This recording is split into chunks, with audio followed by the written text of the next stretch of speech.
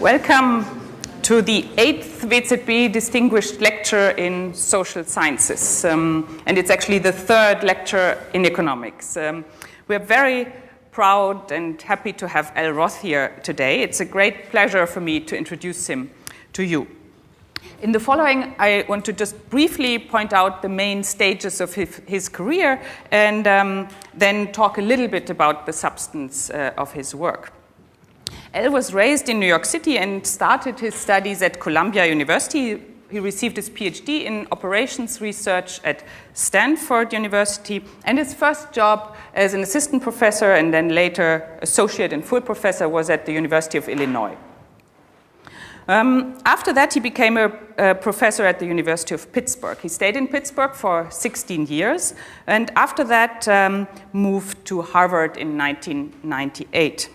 He left Harvard for Stanford in September 2012, just a few weeks before being awarded the Nobel Memorial Prize in Economics that he shared with Lloyd Shapley.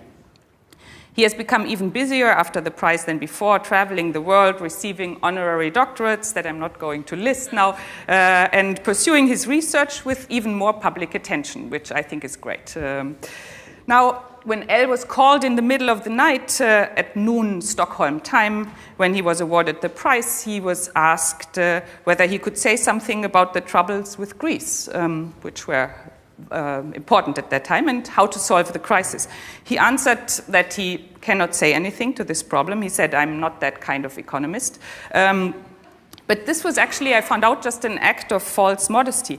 One of his earliest publications is a paper on bargaining theory that he published in a scholarly journal in 1977.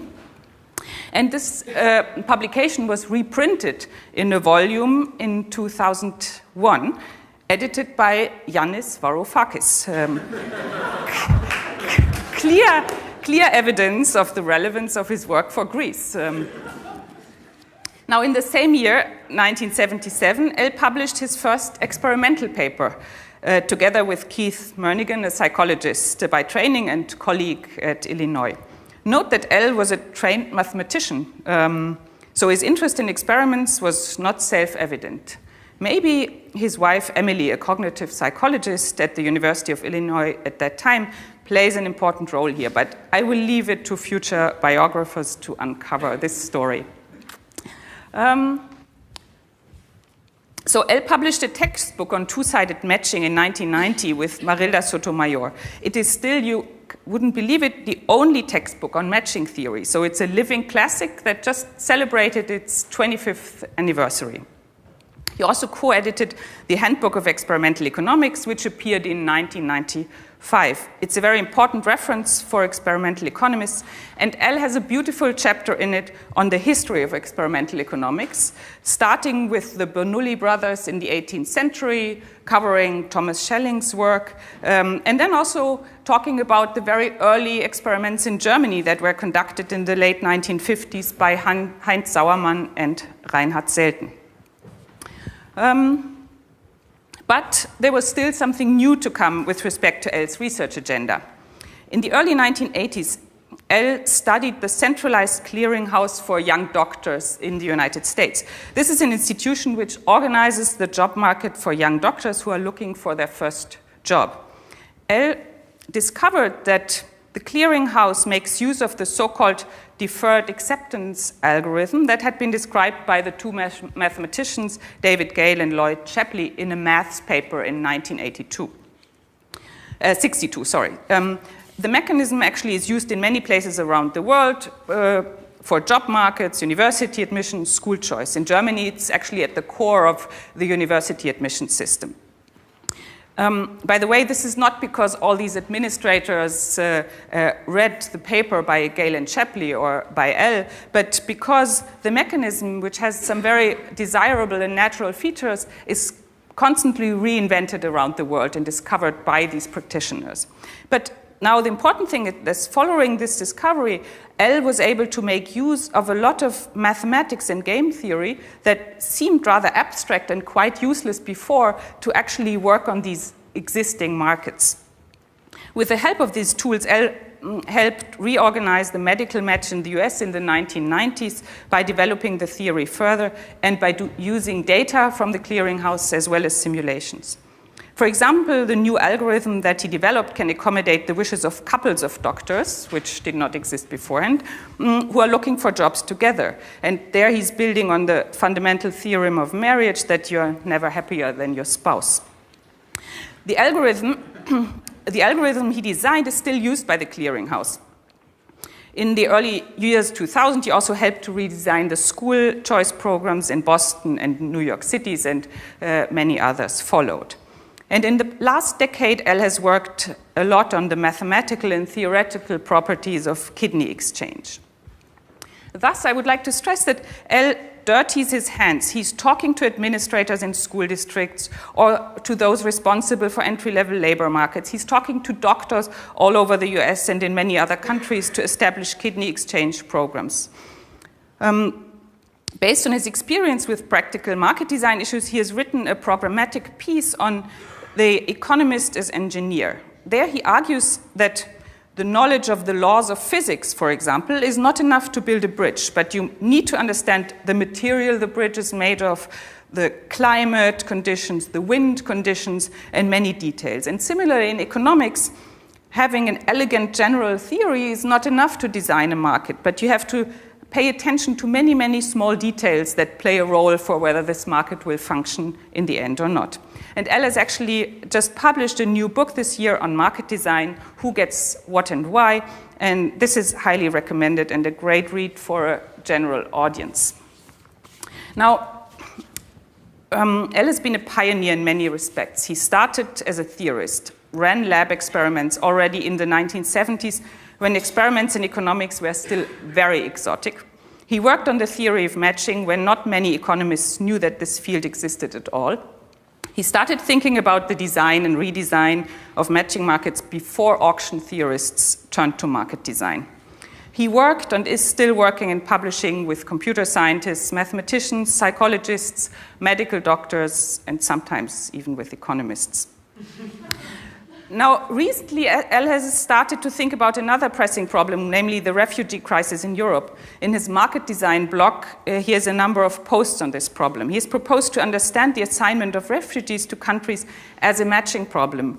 Countries may have quotas, but refugees often have preferences where they would like to go. And there are many good reasons to take the refugees' preferences seriously, he says, as they may reflect, for example, the presence of family or friends in the country, so they can group together, language skills, and so forth. And all of these reasons, of course, make the successful integration of refugees more likely. And he's currently thinking about that a lot, I know that. So that's an ongoing program. Now, I hope I was able to give you an idea of the fascinating work that L is doing. Now I'm very much looking forward to the lecture on a topic that's, I think, a classic theme in social sciences and in moral philosophy, namely how important goods in society should be allocated via a market with money or differently.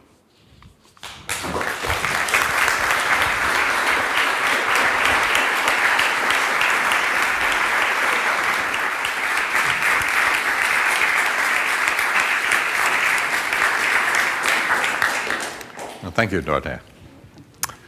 So I'm happy to be here, and in an attempt to give a social science talk, I'm going to venture where I think economists have ventured too little in the past. And the topic of my talk reminds me of an old joke about economics and sociology, which says that economists study the choices we make while sociologists study why we don't have any choices.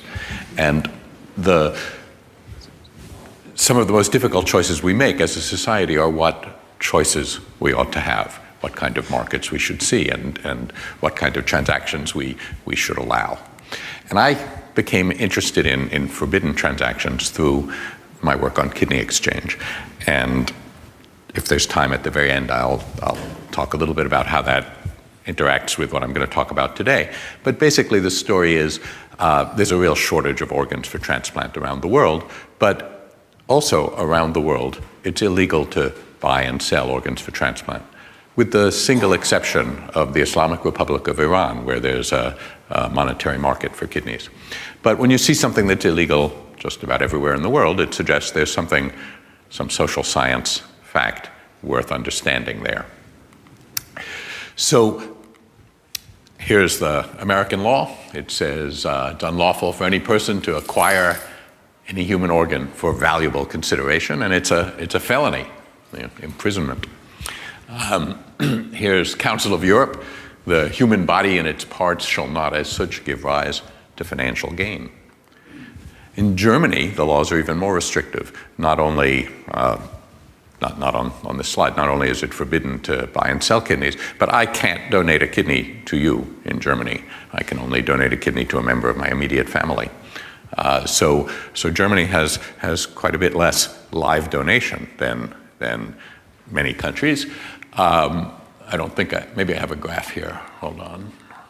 Yeah, here's a graph of kidneys in Europe.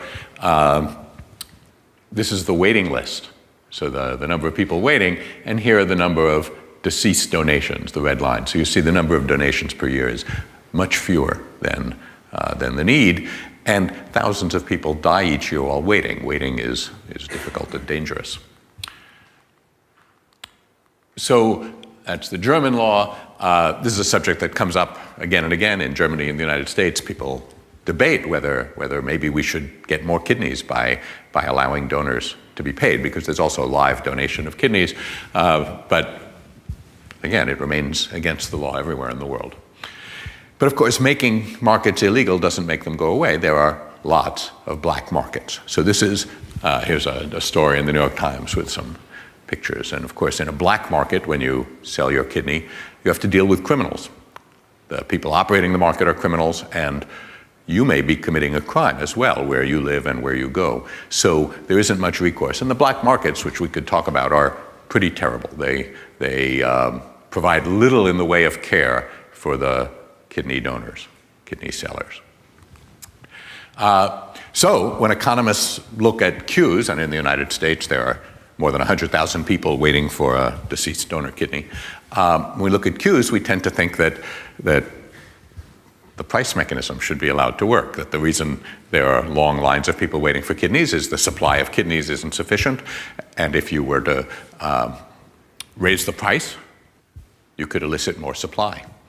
But what the law says is the price of a kidney must be zero. Kidneys have to be gifts. These are the laws around the world. And as I say, in the supply and demand are no more nearly in balance in Europe than they are in the United States. So that's my topic for today. This is sort of a puzzle. Why do we, again, there are laws everywhere in the world. So I can easily make an argument about why there shouldn't be such laws. Thousands of people die each year for lack of kidneys, and there are willing sellers as well as willing buyers. That's what the black markets show.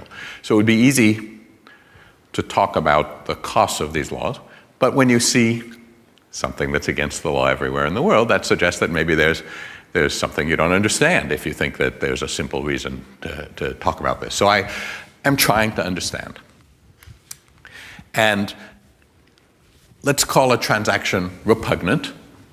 I'm going to use that as a technical term, a specialized term today. Let's call a transaction repugnant if some people would like to engage in it and other people think they shouldn't. Okay, that's a little too broad a definition for what I want today, but let's start there. And by this definition, the sale of kidneys is repugnant. We have laws against it everywhere, and black market. So some people want to buy kidneys, some people want to sell them. In the United States, if they try to transact, they're felons. It's true in Germany as well, and it's true almost everywhere, including places where there are black markets.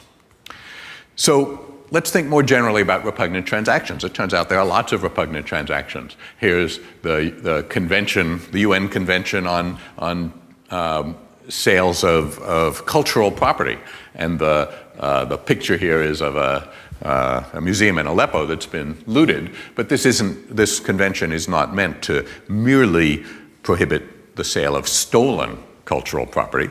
It's meant to. Many countries feel that important cultural property shouldn't be sold even by legal owners if it will take the property outside of the country. So that's a repugnant transaction. Some people would like to do it, but there are many laws against it. Narcotic drugs, of course. You know, the West, the developed world, has spent a long time fighting wars on drugs that have little success because there are willing buyers, willing sellers, but we think they shouldn't do it.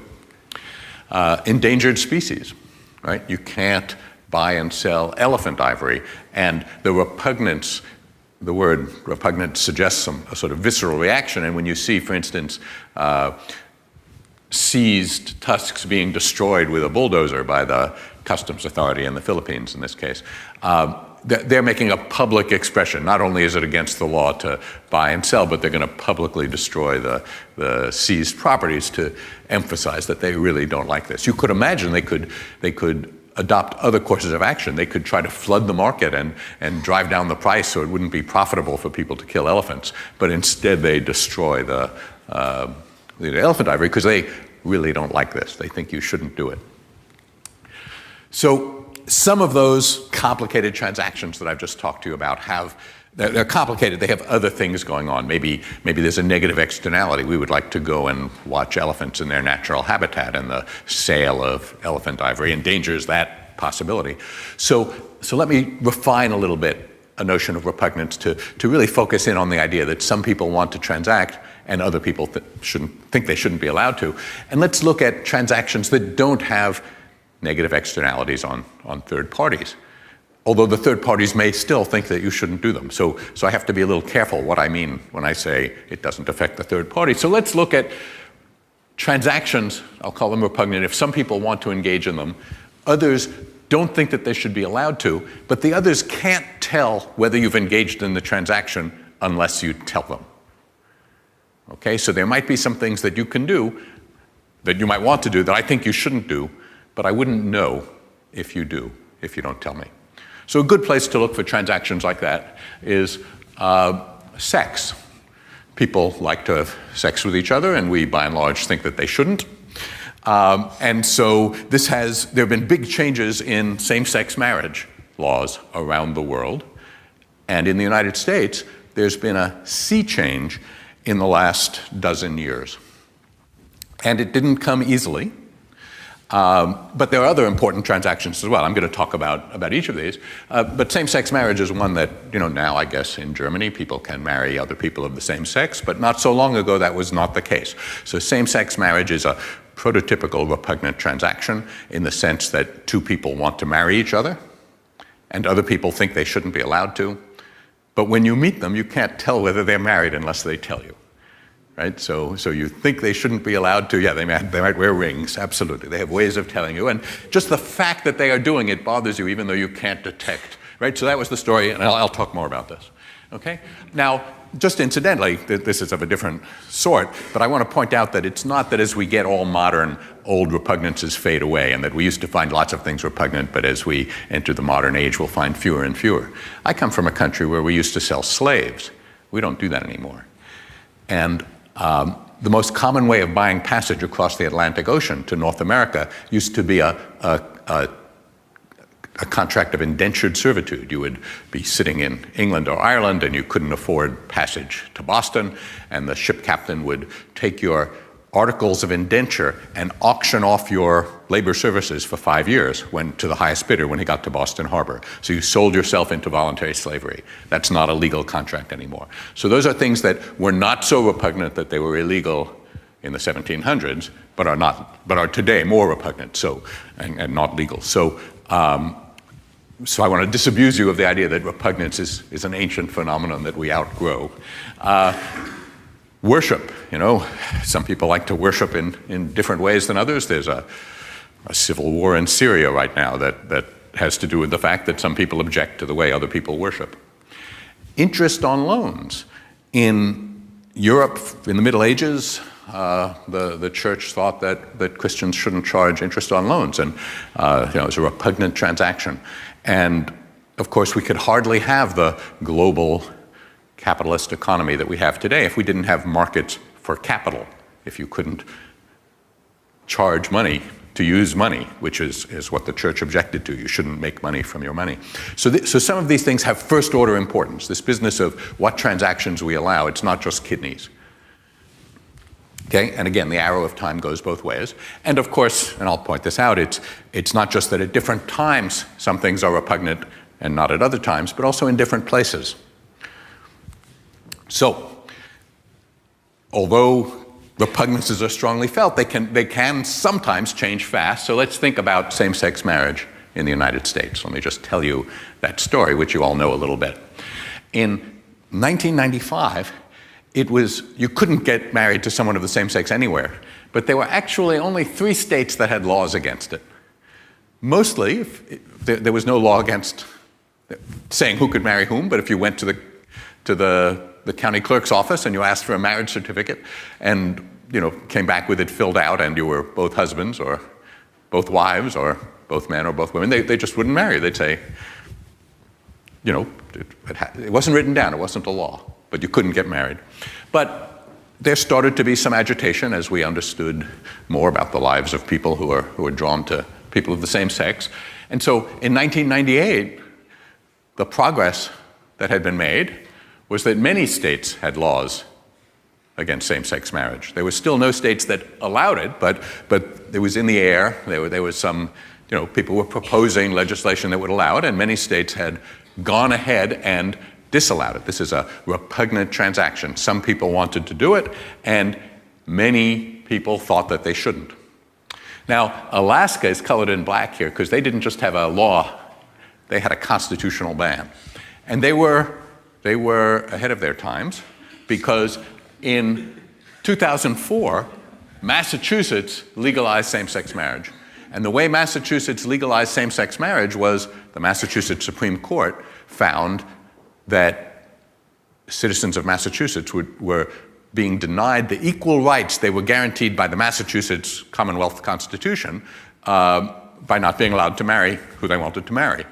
And so the Massachusetts court said that people of the same sex must also be given marriage licenses when they requested them. But to stop the courts in their state from finding similar things, many states had not merely passed laws, but had made constitutional amendments against it. So that in those states, the courts can't say the absence of same-sex marriage violates the state constitution. It no longer did. So by 2009, Iowa had been added to the yes and a couple of other northeastern states, and the whole country was going black, right? It's not that we just got more and more tolerant as time went on and thought, what a great idea. But in 2014, most states allowed same-sex marriage, and this year the Supreme Court ruled that it's the law of the land. So this was a hard-fought thing. Americans were deeply divided over this question, and it's a prototypical repugnant transaction. Some people want to marry each other. Many people thought they shouldn't be allowed to. It was hard-fought. And you can't tell whether they're married unless they tell you, right? So it's not like you're killing elephants and there won't be elephants when I go to Kenya to look at them. I just have no idea who is married and who isn't.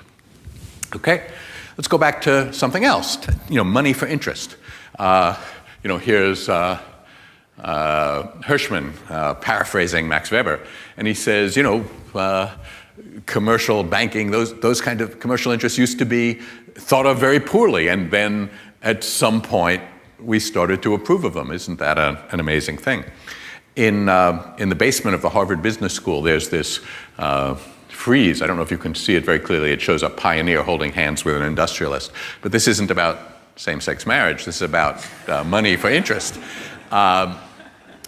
It turns out that, here's Daniel Webster giving a talk to the Senate in the 1800s in which he's explaining that borrowing and lending is okay. It's actually going to be good for the economy. And he has to explain that. And Ben Franklin spent a lot of time explaining it. That is, they were coming from a time when it was thought that serious people, didn't borrow or lend. Whereas, Ben Franklin emphasized that among the Puritan virtues was judicious use of credit in both directions. Ben Franklin in the US, one of his famous sayings is time is money. But He also, in that same document, said credit is money. And he was trying to explain that borrowing might be okay. So here's Ben Franklin saying, commercial credit is the creation of modern times and belongs in its highest perfection to the most enlightened and best governed nations. He's explaining it might be okay to charge interest on loans. So slavery and indentured servitude, I've already talked about. Let's get back to bodies. If you look in the first volume of The Lancet, a British medical journal, in one of the earliest issues, there's an editorial about the difficulty of acquiring cadavers for anatomy instruction. It turns out this was hard to do because in England, the only bodies that could legally be used for anatomy instruction were those of murderers who had been executed. It was part of their sentence. And so the way medical schools got bodies for anatomy was through a black market. They would buy them from gravediggers who were known as resurrection men. And what this editorial speaks about is that a reliable resurrection man has been arrested and sentenced to transportation to Australia. How are we going to get the bodies now? So on the one hand, this was illegal. On the other hand, it was a black market sufficiently public that you could regret the arrest of one of your suppliers in a leading medical journal. Now, by 1832, they had changed the law, and today you can go to museums that show you anatomy with real cadavers. Those are genuine dead people there. And there's a commercial trade in cadavers. You might find it repugnant, but it's legal. Actually, much of this kind of taxidermy is done in Germany. So another place where just as sex is a great driver of repugnant transactions, so is reproduction, right? Let me talk about surrogacy. Right? In California, where I live, you can legally purchase the whole supply chain of a baby. You can buy sperm, you can buy eggs, you can have them artificially inseminated into a surrogate mother who you pay, and you can have your name on the California birth certificate as the parent.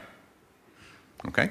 In New York, another American state, you can do all of those things, but you may not pay the surrogate. So there's no industry of surrogacy in New York. The same is true in Britain. In Germany, it's illegal to do those things even without pay, and you are not the parent. So the German surrogacy law says the activities performed by those arranging surrogate mothers are punishable offenses. Right? It has nothing to do with the payment in Germany. Just can't do it. So this is the desire to have children is quite profound, and so there's international fertility tourism. People come to California, to India, to Thailand, to Nepal, and have babies.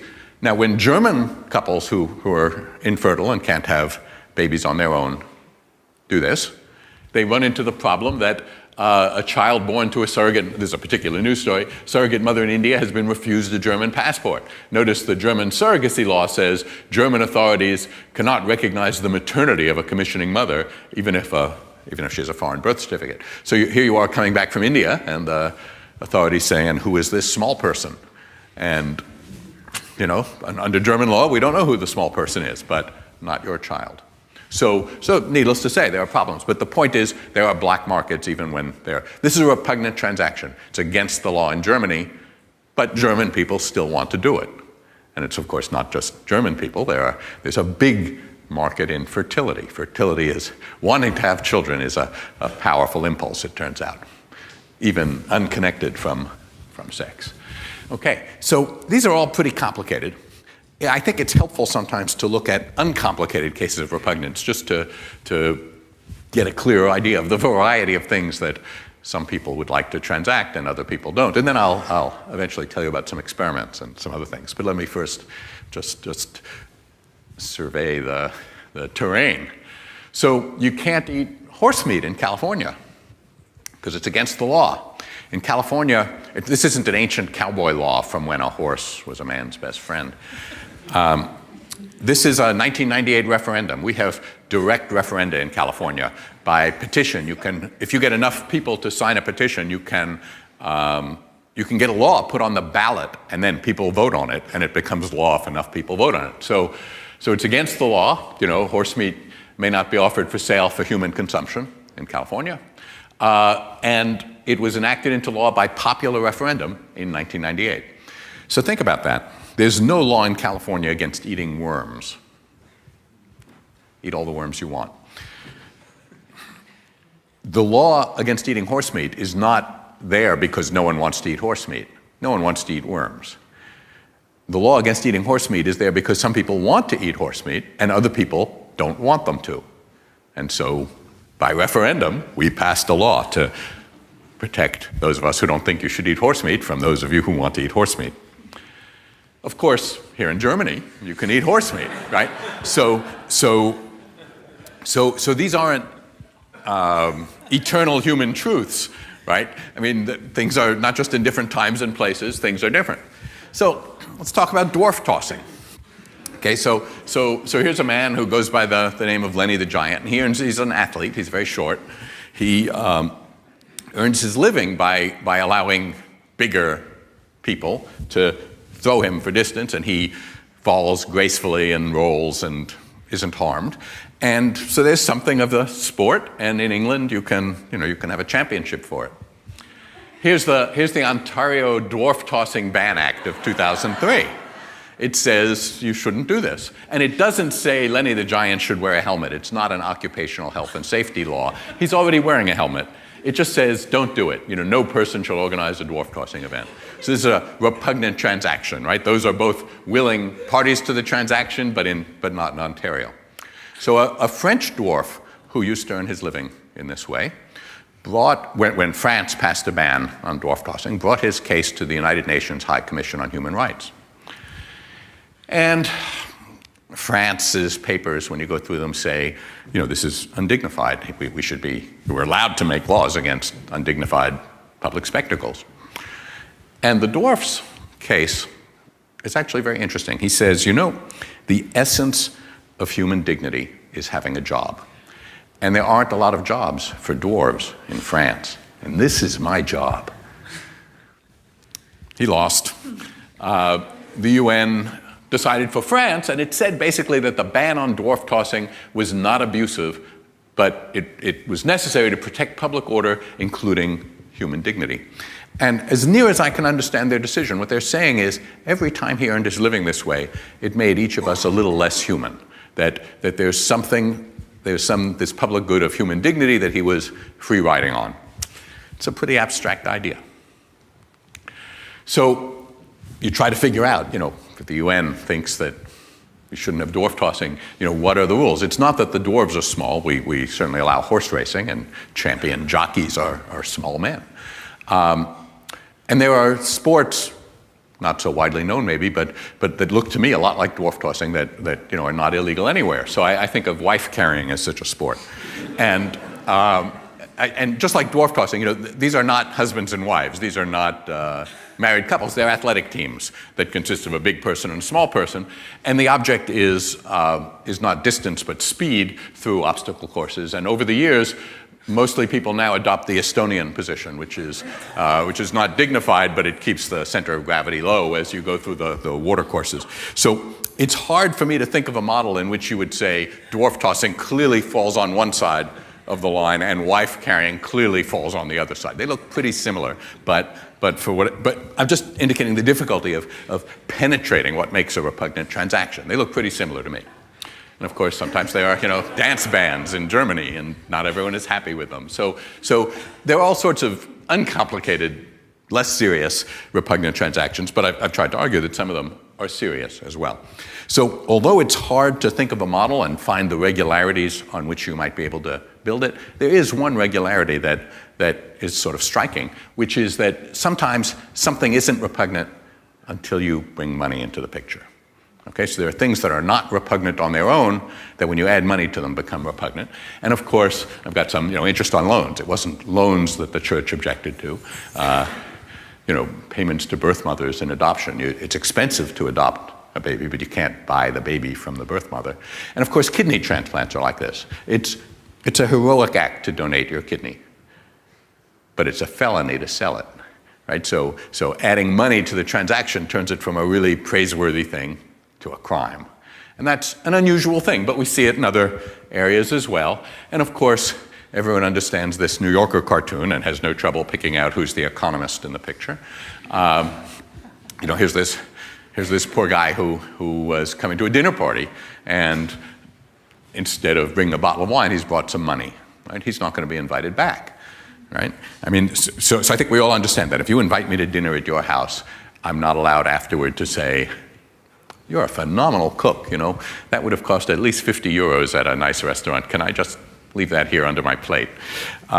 You'd think, what's the matter with this guy? We're not a restaurant. You can't extinguish your debt by paying. When I pay at a restaurant, I don't have to invite them to dinner at our house. I don't have to bring them a bottle of wine. I've completely extinguished my debt by paying the bill. But when I come to dinner at your house, that's a more involved invitation, and I shouldn't offer you money in return. So there are things that we all understand we shouldn't offer money for. But sometimes it's not the presence of money, but the amount of money that's offered. So low prices can be repugnant. We have anti-dumping trade laws. If you sell things below your cost of production, we think that might be predatory pricing. High prices can be repugnant. If there's a hurricane and someone has supplies of plywood beforehand or bottled water afterward and they sell them at high prices, in many states in the United States, there are laws against that. That can be a crime. And of course, high payments can be repugnant. That's what's behind this whole idea behind not allowing any payment for a kidney, right? There's somehow this idea that there might be undue inducement. If I could offer you money for your kidney, it might harm you somehow. So let's think about that. So when people talk about money and repugnance and why you shouldn't be allowed to buy and sell kidneys, three kinds of arguments, it seems to me, are commonly made. They come under a lot of different names. But one I've called here objectification, which says, often the religious arguments are phrased this way in the Christian tradition. They say people are always and only ends and never means. And when you want to buy my kidney, you start thinking of me as a kidney, as a path to a kidney transplant, and that's a bad thing, and you shouldn't do it. The third one, which I think is the easiest for economists to think about, I'll come back to the second one because that's the one I'm going to talk about. The third one is slippery slope. It says, maybe it would be okay for us to buy and sell kidneys, but it might lead us on a path to living in a less sympathetic kind of society than we would like to live in. Maybe when there's high unemployment for an extended period of time, instead of extending unemployment insurance, we would say, people can always sell their kidneys if they're having trouble getting a job. And we wouldn't like to live in a society that thought that way. But the one I think that economists have the most trouble coming to grips with, right? The objectification is sort of a statement about preferences, and economists are happy that people should have different preferences. Slippery slope is a statement about equilibrium, and we understand that at equilibrium there can be unexpected consequences. But coercion is a tough one. And the argument there goes, it says, if you offer me such a high price for my kidney, a high enough price for my kidney, I might feel like I have no choice, that I just have to sell you my kidney given my financial situation and the money that you've offered me, and that you would be harming me in that sense, not helping me. And the reason that's hard for economists to understand is my wife and I are almost finished renovating a house, so we're certainly not about to sell it. But if someone showed up with a certified check for $100 million and said they wanted to buy our house, I would probably say to you, I felt like I had no choice. $100 million for our house is an opportunity that won't come again. I had no choice, and I sold the house. And you would say to me, congratulations, what a stroke of good luck that someone liked your house so much that they were willing to give you dynastic wealth to sell your house. And I think that would be the right set of responses. I would feel like it would be irresponsible for me not to sell my house if I was offered $100 million. And you would think, congratulations, of course you had no choice. What a lucky thing. So mostly the idea that I can harm you by offering you more money is hard for economists to get our heads around. So I'd like to think a little bit, and here's where I'll start to talk about some experiments, about whether high payments can harm you.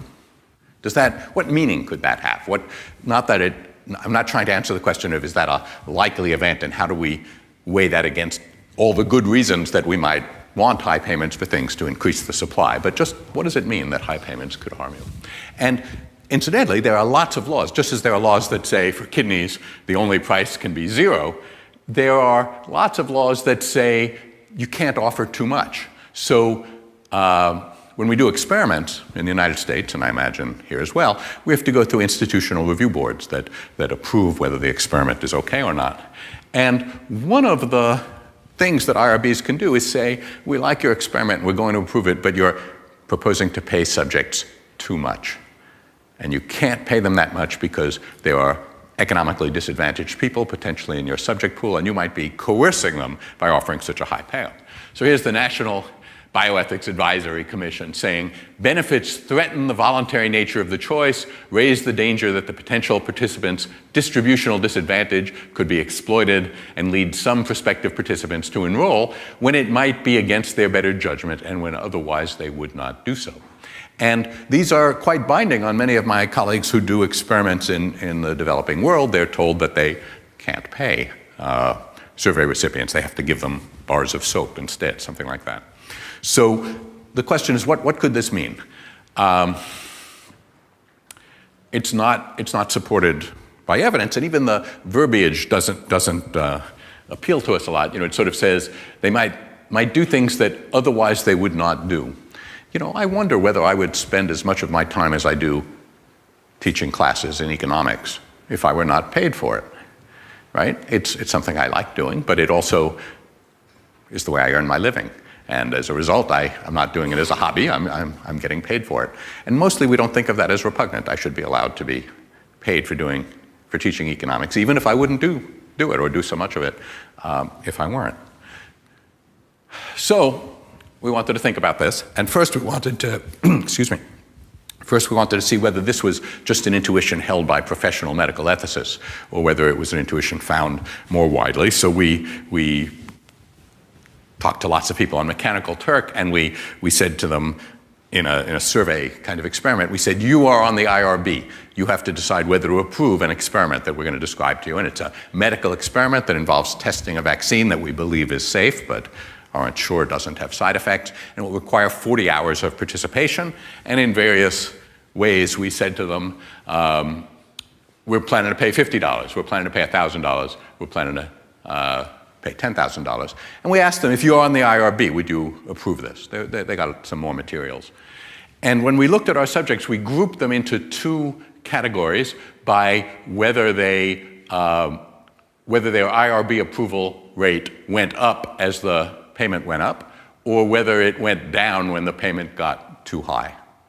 And what we found was, for more than 50% of our respondents, a whole bunch of other things went along with that decision. So we're selecting them on whether their IRB goes up or whether it comes down. And we also ask everyone, what's the probability that people will enroll in this experiment? Everyone agrees that the more you pay, the more likely people will enroll. But they disagree on what's the chance that, well, do you think of this as a voluntary decision, okay? So the people who we've called think like economists, they think it gets more and more voluntary the more and more you pay, whereas the people who think like ethicists think that it's less voluntary when the pay is high. We ask, what's the probability that they would have been better off if they had never encountered this offer? Okay, so that's, I can't see these actually, I think that's this one. So these guys think the probability that they'll be better off gets lower and lower as you pay more and more, but these guys think the probability that they would have been better off never to hear about you is not so small when you're offering $10,000. And what's the probability that they'll regret? These, the economists say the more you pay them, the less they'll regret. Not so the guys we called ethicists. So there's a common intuition here. It's not as common. These guys are more numerous than these guys, but we find it in quite a few of our subjects. So Sandro Ambuel, who is one of the authors on that paper, is now carrying this out, and it's going to be his job market paper. He's on the market this year. And he basically said, can I harm, let's look not just at intuitions about whether I can harm you. Let's see whether I can harm you by offering you more money rather than less. And again, he's addressing this big divide between economists and ethicists and moral philosophers, with the economists saying things like, let's just explain one more time, slower and louder, that voluntary transactions improve welfare. So Gary Becker, for example, is, laws prevent mutually beneficial exchanges and impede efficiency. Whereas proponents say things like incentives distort assessments of costs and benefits. And, for reproductive medicine, there's an antitrust suit going out in the United States. We can pay for eggs for fertility. So infertile couples who their problem is the egg production can buy eggs from fertile women, but the organizations that collect these have ethical guidelines that say that the organizations shouldn't pay more than $10,000, okay, because otherwise it would be undue inducement. So one of the things Sandro does in his experiment is present subjects with the opportunity to be paid to play a lottery. And it's an unattractive lottery because you can't win anything, but with probability of half, you won't lose anything either. And with probability of half, you'll lose $3.50. And the incentives are either big, that is big compared to what you lose, so $3, or 50 cents, small.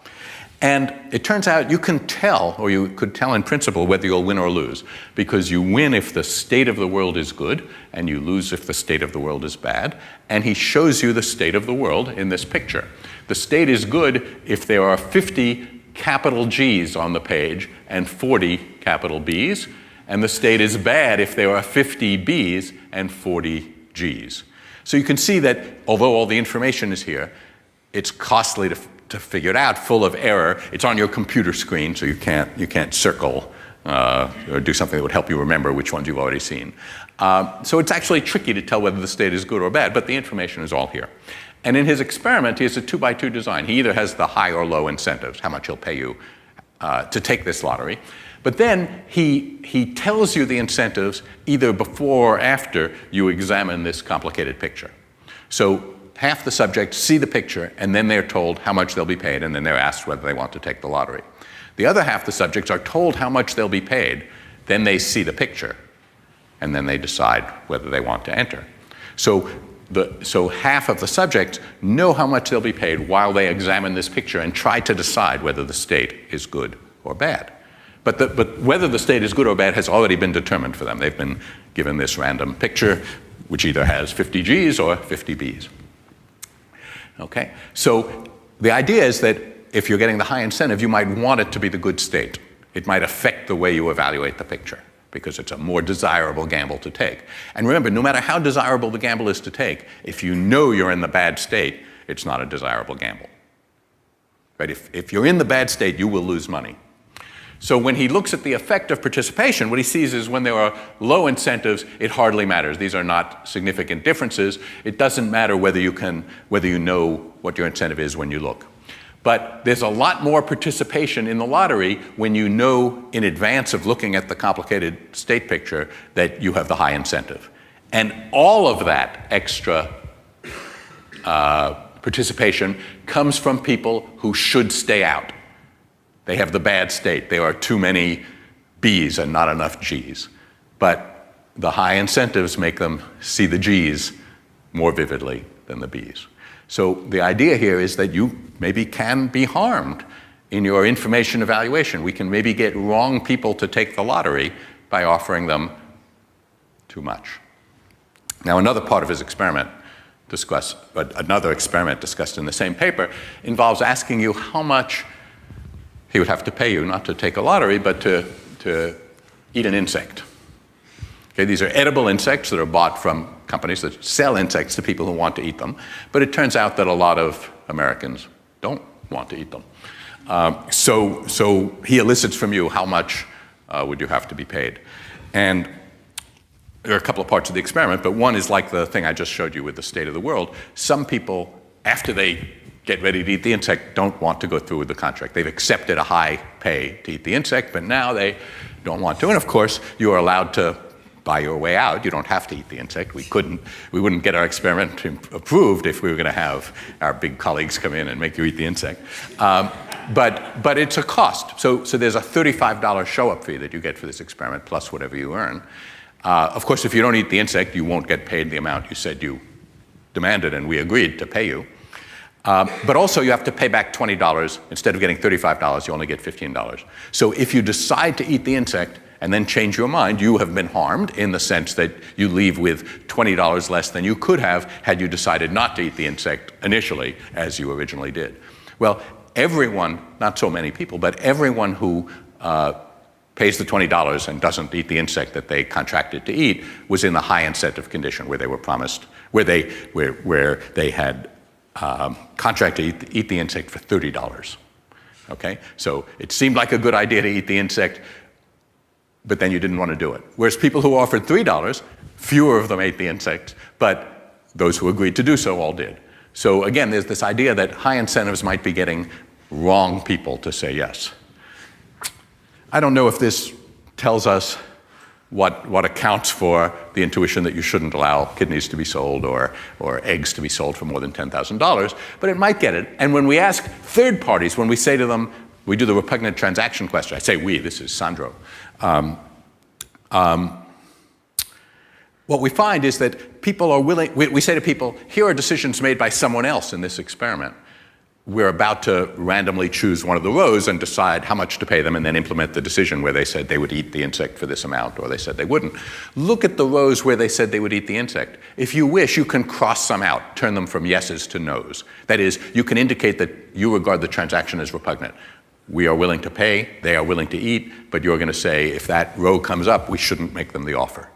And what you see is there's a sort of naive repugnance here. People whose own willingness to accept was $300, people who said, I won't eat that insect for less than $300, think that you shouldn't be allowed to eat it for $5, right? You shouldn't be allowed to eat it for $30, even though you said yes. You shouldn't be allowed to eat it for $100. I'm sorry, I think I said this exactly wrong. Hold on. Fraction of prevented offers, yes. Okay, so if it takes me $300 to eat the insect, I really think you shouldn't be eating insects. But if I was a person who said, you know, some people buy those insects, I would like to taste one, for $5 I would eat it, then I don't want to prevent you from eating it at hardly any price. Okay, so the people who think you shouldn't eat insects are the people who wouldn't themselves eat insects. And my guess is the people who voted that you shouldn't be allowed to eat horse meat in California, people who wouldn't themselves eat horse meat in California. Now, let me sort of wrap up a little bit because I don't understand repugnance. I mean, we're getting a little closer. We're seeing that we can at least bring evidence to this question, to this claim, this hypothesis that shows up in the moral philosophy and ethics literature that you might be able to harm people by offering them high pay. So that may not be an empty claim. That doesn't tell me at all how we should balance the trade-offs. Remember, thousands of people die every year in the United States for lack of kidneys. But what can we do? Well, changing the law might be pretty hard. This is a law against selling kidneys. It's against the law everywhere in the world. So certainly some of my colleagues are devoting their efforts in this direction. But what my colleagues and I have done have been try to see whether we can help people get more transplants, ease the shortage without arousing repugnance. And this is where kidney exchange comes in. Dorothea briefly mentioned this in her introduction, and I talked about it at length yesterday in the Max Planck Institute, so I'm not going to talk about it at length. But people have two kidneys, and if you're healthy enough, you can give a kidney to someone you love and save their life. But sometimes you're healthy enough to give a kidney, but you can't give it to the person you love. And this opens up the possibility of exchange, where an exchange can be made between here's a donor who, donor one loves recipient one, but can't give her a kidney because they have incompatible blood types, donor two and recipient two, but it's possible to get both patients a kidney that they could get by having the two incompatible patient-donor pairs exchange kidneys. And it turns out, you might think this violated the law, but the Congress passed an amendment unanimously saying that it doesn't violate the law. So the same Congress that continues to defend the law that you shouldn't be able to buy or sell kidneys passed without dissent. It took 3 Congresses, 3 attempts, but when they finally passed it, it was without dissent that kidney exchange is not a violation of the law. So this is not repugnant. And so, and we do now chains. It's a long, interesting story, but some of our chains have 60 people in the picture, complicated exchanges. And so we get a lot more transplants than we used to. And so kidney exchange achieves some of the benefit of a market without running into the barrier raised by repugnance. It's a way of bringing some of the benefits, the increased supply. We get organs that otherwise wouldn't have been transplantable to be transplantable. But as I say, I think this is a question of first order importance. Markets need social support. We, society, has to decide what markets we support. We should think about this hard. It's much too important to be left to non-economists. Thank you.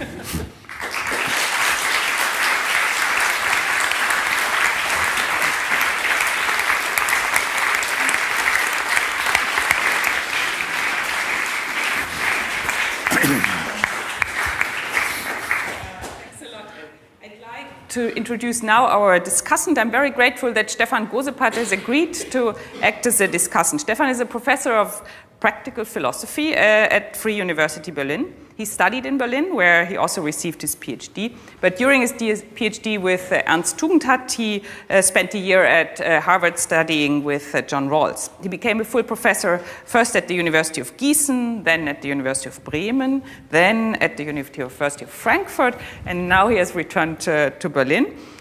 He has written a number of important books and articles on the question of equality, the morality of equal respect, on equality of opportunity, the quality of life, and so on. His first book, and the book whose title I prefer most, is called in English, Enlightened Self-Interest. I find that's a great motto for economists. So Stefan, the floor is yours. Thanks so much.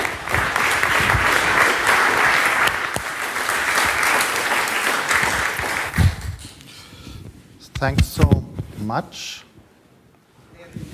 Okay, they're doing everything. Yeah, they do. Okay, thanks so much. It's a great honor to be here. Thanks for the invitation to the WZB and Dorothea. And thanks to UL to deliver a talk that even I, as a poor philosopher, can understand. That's very helpful. And if you think we should work together with the social scientist, and the economist on this topic, I'll try my best. At various points of your talk, you said you don't know, this is a puzzle, you don't understand. And I was surprised to find that Dorothea, in her introduction, already said that you have, she didn't put it that way, but that you have a character trait of false modesty. But here I find this must be the understatement of the last decade or so, because you certainly know what you're talking about and you certainly know what the problems are. But probably you were just so kind and giving the commentator something to say, so I jump for the occasion and try to come up with some thoughts I have about the same topic. Basically what I will do is trying to categorize the different cases you are talking about, and I think that might help us to get a clearer picture on what are the reasons why people think that these cases are repugnant. So repugnant transactions are constraints on choices and constraints on markets.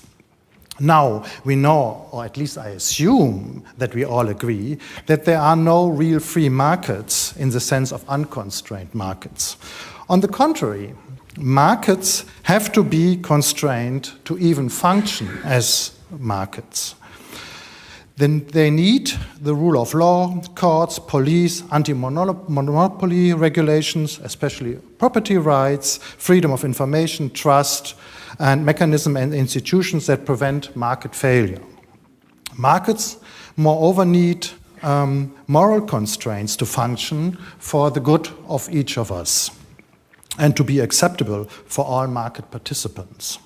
Therefore, constraints on markets, especially constraints on markets and especially moral constraints on markets, should be considered not a problem at all, because they kind of are the basis of markets.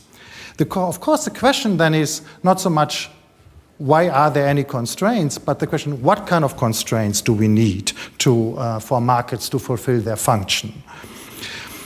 If that can be regarded and can be agreed upon, so if we think that is the right picture of markets, then we can think of ourselves as somebody getting into markets from a certain perspective. So if then constraints on markets are justified because members regard certain transactions as repugnant because they think they are violating the basic rules of the market and the reasons why they would like to have a market. Moral constraints on our markets are necessary since, contrary to at least classical views in economics, markets do not evolve spontaneously out of pure self-interest of market actors who look for ways to maximize their self-interest. Markets, however, should be seen as emergent out of a rational agreement between free and equal persons. These persons are motivated by their enlightened self-interest. Thanks for pointing this out, which includes the recognition of others as free and equals. Thus, these people, see themselves as bound by moral principles. And here, of course, I'm an ethicist, what should I say? But I hope that you yourself all agree that that's the view you have of yourself, not being that you are a person that also is bound by certain moral principles and not only by pure self-interest. At least I take it that is the description we all have of ourselves, and not only on Sunday morning when we were supposed to go to church. Now, if we consider ourselves to enter into market as buyers and sellers, we of course only decide to do so if we can be sure that the other participants regard us also as free and equal and will obey the basic principles of morality in that market. If one would not be sure that we can all agree on such basic principles in the market, we might find ourselves over time rather as an object in the market than a subject. For example, one might be traded as a slave or as a warehouse of valuable body parts and organs that might be sold separately. Or one might find out that while one has done his or her fair share in the agreed transaction with other parties, the other party won't do as they promised. That one is cheated upon. As free and equal persons, we should see, and in fact see markets as a great way to most efficiently fulfill our consumer choices. And because rational individuals will exchange with one another only when they have something to gain, markets will, at least ideally, purge the economy of less desirable goods and move the trading parties to their most preferred positions, given the resources. And of course, we are all interested in fulfilling our own interest in the best possible way together with others, but only if we can be secured that one's status as a free and equal person will not be undermined and that justice in trade will be upheld. So you might call this a moralized notion of morality, but if you and that's fair, but in this picture of a moralized notion of economy, then the market is a product of a deliberate design built on a rational agreement between the participants to have such a mechanism for fulfilling one's desires. The rule of the game, most importantly than basic morality and justice, are therefore constraints on market, but necessary, namely constitutive constraints on markets. Without them, markets would not function in the way we want them to properly function. So why did I come with all these moralized notions of markets? Well, you might say, what do you expect if you invite an ethicist? But I hope to show in the rest of my comment that this moralized notion of market economy lets us see repugnant transactions as less problematic as they will look like from a neoclassical perspective. The problem as I see it, if there is any, with repugnance as a constraint on markets, cannot be that repugnant transactions are constraints on markets, because there are a lot of legitimate constraints, as I tried to show, or to argue at least.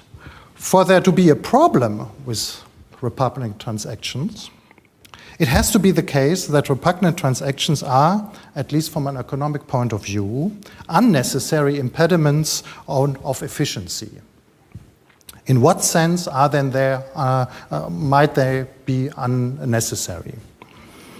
Here it might be useful to distinguish in the abundance of very interesting examples that Al gave us, different kind of categories. I will just mention 3, but there are lots more, and probably all have to be treated differently. In going through the cases, I just wanted to show that I guess in each of the categories, the reasons why people find these transactions repugnant might be different, and we might consider their feeling of repugnancy or whatever. Also, we might feel it legitimate, might feel that these choices are legitimate or their concerns are legitimate or not. Certain things should not be, here we are. So in the moral case, it's pretty clear that certain things should not be for sale because these things are part and parcel of what constitutes the free and equal person, his or her own dignity and fundamental rights. That's why slavery, certain kinds of soldiers, discrimination of all sorts, draft tossing, live organs are all considered problematic from a moral point of view. If we agree that there must be moral constraints on markets, these cases are, in principle at least, explainable. Of course, in each of these cases and examples, there will be a disagreement among even good-minded persons whether this is a legitimate case of a moral constraint or not, like draft tossing versus jockey or something. So I'm not saying that I can come up with a good moral explanations of all these cases. In fact, I cannot. But it's clear that these kind of cases, these type of cases, have to be explained as securing and supporting the status of free and equal persons in the markets. This all, however, shows that we in our society around the world have to engage even more in reasoned debates about what the right moral constraints on markets should be to protect the status of free and equal of each and all around the globe in a globalized market economy. And the 3 reasons Al mentioned, namely objectification, coercion, and slippery slope, of a certain type at least, belong also to this moral category. All these different reasons claim that certain kinds of transactions will undermine the status of certain participants as free and equal, and we regard this status as so fundamental that we try to secure it by legal means, nowadays even throughout the world, through human rights, for example. Lots of political actions of NGOs against World Trade Agreements and World Trade Organizations is exactly about this point, that they seem to undermine, these new regulations seem to undermine this equality of status, especially worldwide. So this is a moral category. There's a second category I want to talk about, and I want to stress, namely the logic of the game. That's whatever title you choose, that's the title I take. In this second category fall cases where the monetarization of a transaction undermines the value or purpose of that very action. Let's take Al's example of a man that brings money to a dinner party instead of a present to the host. Gift in general are typical examples of something you cannot monetarize without at the same time destroying the character of a gift. Corruption is another case. In the case of corruption, somebody gets what he or she wants, not through the proper reasons or the proper cause for that type of action. For example, if in a soccer game the team wins not because the team scores the most points or the highest points in a fair game, but because the team manages to bribe the referee, and therefore wins, this somehow destroys the logic of the game. We don't think that is soccer anymore. We can come up with a new game, who bribes most, that's another game. And probably not so many people will show up in the stadium. If a candidate wins at an election, not because she or he got the most votes in a fair election, but because she or her team bought voters, this again makes the result normatively invalid. We wouldn't even say that she or he won the election, since the result was obtained by improper means.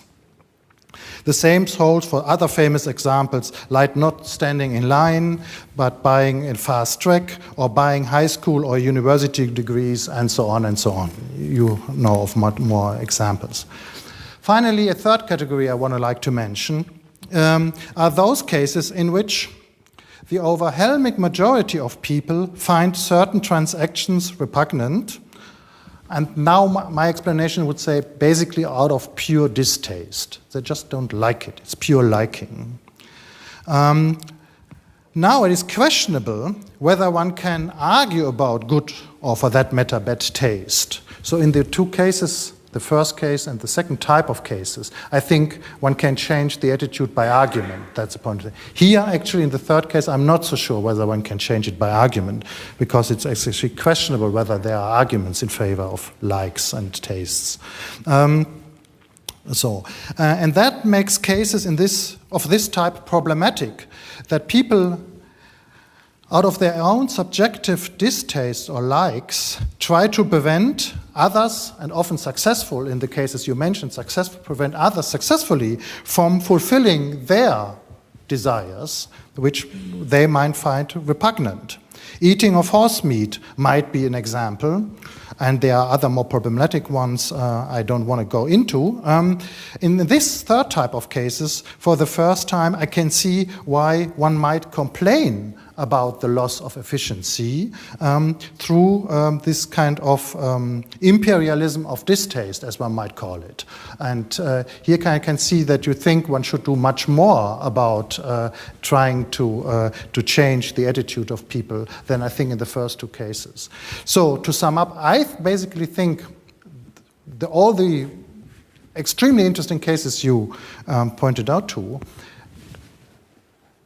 have something in common, but they have to be distinguished in different categories, and the reasons why people find these transactions repugnant are totally different. And that means also that we have, if we think they are wrong in their feeling that these transactions are repugnant, have to go different ways, different routes of dealing with them. In the first cases, we have to show it's not morally basic to forbid whatever draft war, tossing, or I think. In the second case, we have to show what actually we have to agree and find out what actually is the rule of the game, and that might be difficult. I mean, the examples I gave are easy, but in other cases it's difficult. And so what is actually the constitutive rule of a game here? And in the third case, it's actually likes and dislikes, and these are the, in a certain sense, easiest cases because here one can explain why they change so fast over time, but it's the most difficult probably to argue about because it's difficult to find a hold for an argument. So thanks so much.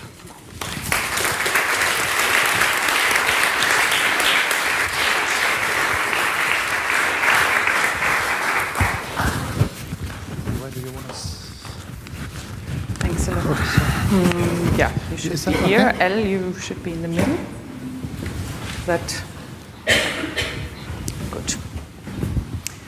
Thanks a lot to both of you. Now I would suggest that maybe, Elle, you get the chance, if you want, to answer or give some comments to Stefan's comments. And then I already announced that I open the floor for questions from you, so you can start thinking about what you would like to ask. So let me just make a few brief comments in reply to your comments. And first, thank you for your thoughtful comments. You speak about markets needing constraints, and I'm a big proponent of the part of economics that's come to be called market design, which is about the rules that markets need to function well. So I certainly agree that markets need rules to work well. And as you say, we might have powerful personal interests in having good rules for markets. Mostly, of course, those are markets in which we intend to participate. When you think about repugnancies like against same-sex marriage, I haven't done a detailed survey of Americans who oppose same-sex marriage, but I don't think that many of them felt threatened that they might have to participate in a same-sex marriage. I think they thought that you shouldn't, although they weren't at all. Now I learned most of my moral philosophy, as I indicated, from cartoons in the New Yorker. And at the time of some of the intense debates about same-sex marriage, there was a cartoon in the New Yorker that showed a woman with her bags packed standing at the household door and speaking to her husband, and it's clear that she's leaving him, and the caption is part of their conversation about that. And she says, "It's not that there's anything wrong with our marriage, but this undermines the whole idea of marriage." And so perhaps that's what you were suggesting when you say that people have a concern with the rules of the game, that if people of the same sex were allowed to marry each other, then that somehow threatens the marriage that my wife and I have. As I said, I don't understand that. Furthermore, when I said that I don't understand, and you were quite correct to focus on that because I don't understand, I didn't mean that I haven't sampled the voluminous literature on this subject. I think what I meant when I said I don't understand this is I'm not aware of much evidence that bears on the hypotheses that occur in this literature on why we should want certain things and not others, and what are moral rules and what are not. And on the hypotheses and on the predictions that it makes. So as I tried to point out, it doesn't look to me like you can figure out repugnance from first principles, even in places that have somewhat similar views about morality. There are very different laws about surrogacy. And if I were supposed to be able to figure this out from first principles, I should either be able to figure out why it is legal both in California and in Germany, or why it is illegal both in California and in Germany, and I cannot. And it is not. So I think what I meant when I said that I didn't understand was that I don't see evidence and would like to see more evidence. And the program of research that I hope is beginning on this will be designed to get evidence that will illuminate these very important questions that you point to. Okay, thanks a lot. So I think I already see a hand. So I ask you to speak up. No, we are supposed to, there's a microphone. We are supposed to use the microphone. Please use the microphone or I won't be able to hear you. Yeah, good. Good evening. My name is Wilfred Josue from the Philippines. Wilfred is my name. I'm studying at the Free University. And first, I'd like to thank you. Thank you, Mr. Alvin Roth, for a very intriguing presentation about repugnant markets. And I would also like to thank the discussant about widening the perspective on this topic. I have actually 3 questions, if I may. So, would you agree that repugnant transactions stem from the diverse humans' morals and values? And if they don't, or if they are not stemming from this value system, where are they stemming from? And I'm not sure if I've heard it from your response a while ago, but could we ever reconcile the idea of repugnant transactions and morals or values? And then my third question would be, going beyond your talk, I would like to ask, in the course of your research, have you ever encountered a category or a scale of repugnant transactions? Say, for example, bad, worse, or worse, short-term or long-term repugnant transactions, or international local ones. And my last comment would be, or my last inquiry would be, would you also agree that military conflicts would fall into repugnant transactions? If so, why or why not? Thank you. Okay, there were a few questions there. Maybe they are directed at both of us. The first one was, do I think that all repugnant transactions are concerned with moral objections? I hesitate to answer that because I'm not sure what constitute moral objections, and people might disagree on that. So if we don't like blasphemy or heresy, is that a moral objection? It might be. We think there's a way that creation ought to be worshipped. On the other hand, different people have very strongly held beliefs that are quite different about this. And today we are still seeing wars fought about it. So I think that if you ask people who think that other people shouldn't be allowed to worship the way they want to, if their objection is moral, they would answer yes. I'm not sure I agree. I'm not sure that's important. These are deeply held beliefs. Whether people should be able to really impinge on others' lives because of their deeply held beliefs about things that other people do without having a direct effect on them is a different question. That's a question of should we allow should we allow that? Incidentally, in the Irish, this is not just the Islamic State in Syria. In the Irish Constitution, in the chapter on free speech, it makes an exception for blasphemy. Blasphemy is not protected speech in Ireland. Okay, you also asked a couple of things. One was about military conflict. I'm not sure military conflict is a voluntary transaction between parties who agree to it. So that's a different sort. I mean, all sorts of transactions are not voluntary. When I point a gun at you and say your money or your life, that's coercion, right? I'm not sure that when I point a gun at, when I point my checkbook at you and say, can I buy your house for $100 million? That seems like a different kind of thing, maybe not coercion in the same way, and maybe we should treat it differently. I know I'm missing a part of the questions. Do you recall what I'm... I'm sorry? The scale. Oh, some things are... repugnant and some less, right? Well, let me get a sense of the audience. Let me try something with scale. Let's do a little experiment here.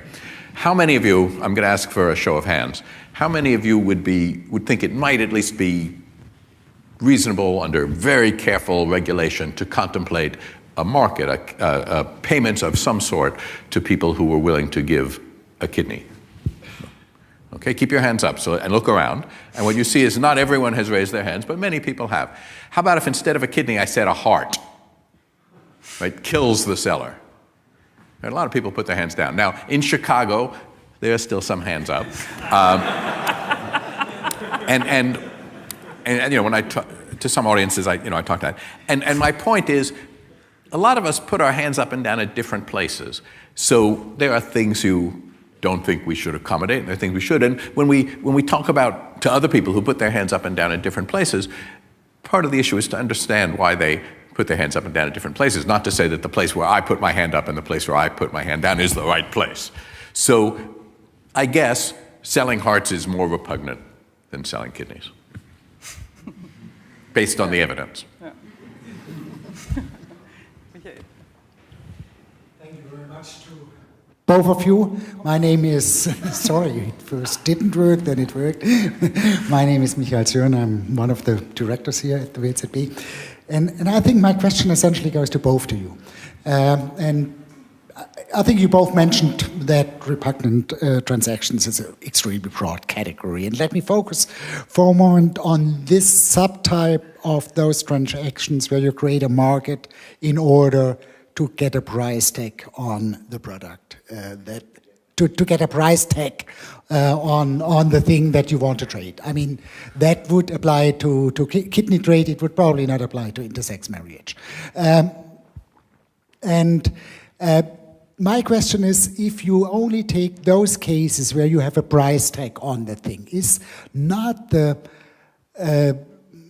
both of you didn't mention the possibility that the collectivity involved, that the society involved, essentially does not want to have certain things with an unequal access to it. I mean, there is the basic idea, the basic normative idea that some things in life there should be equal access for everyone, like voting, for example, maybe like kidneys, maybe like hearts, and so on. And I was just wondering that both of you did have this question of unequal access, not as a extra category. I mean, you not when you talked about coercion, slippery slope, and so on, and you not because you said it's only those things which are belonging to the moral notion of a free and equal person. But some of those things with a price tag where we would like to have equal access maybe do not belong necessarily to the notion of a free and equal person. So the question to both of you, is this notion of inequality not very important in understanding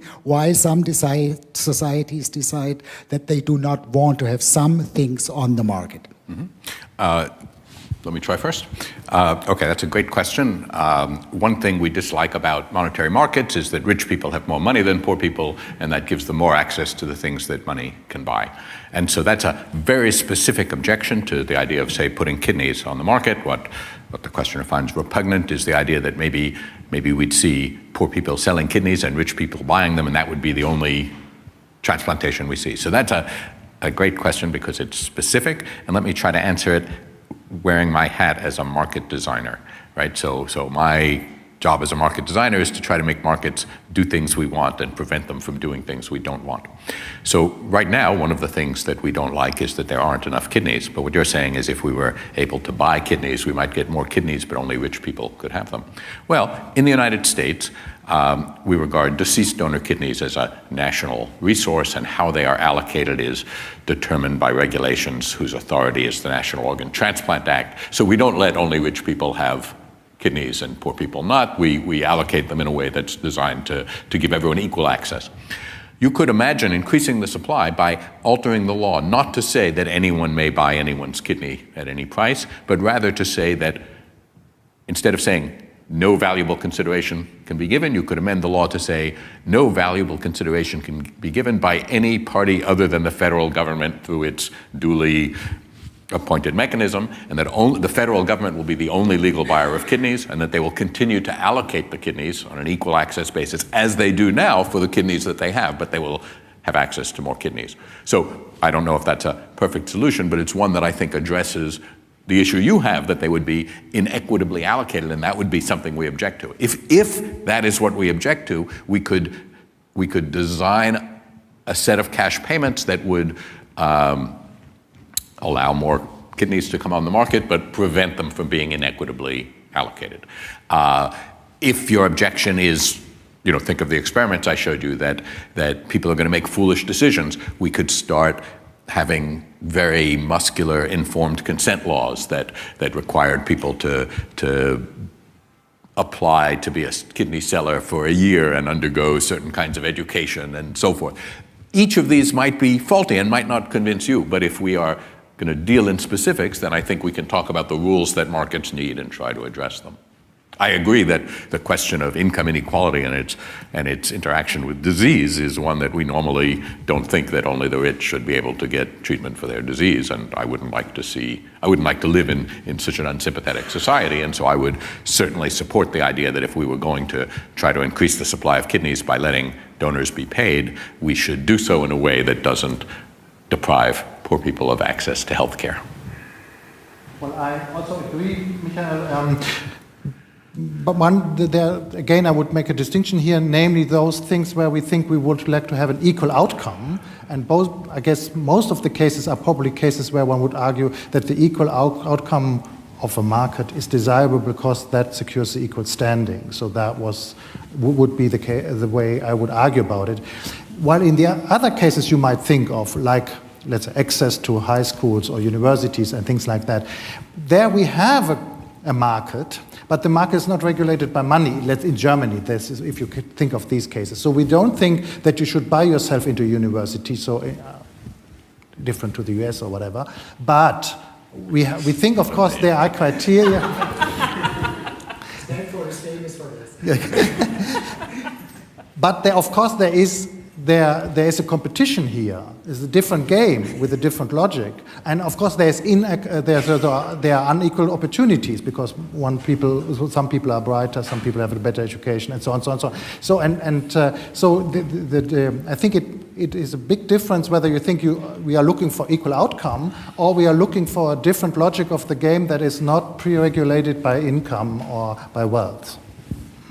Another, if I just would like to mention, I think the biggest difference between the two of us is that you seem to treat, if I'm right, all these feelings about repugnant choices just as preferences. So, and I would like to argue that these are different types. So some might be just pure preferences, and the others might be convictions, moral outlooks, what have you, and they have to be treated differently. Although you might be right that moral outlooks might change as well, and things like that. But if you think of slavery, then, oh, we just changed our minds. I mean, that's not the way you think about slavery. You think, I mean, now we got it right.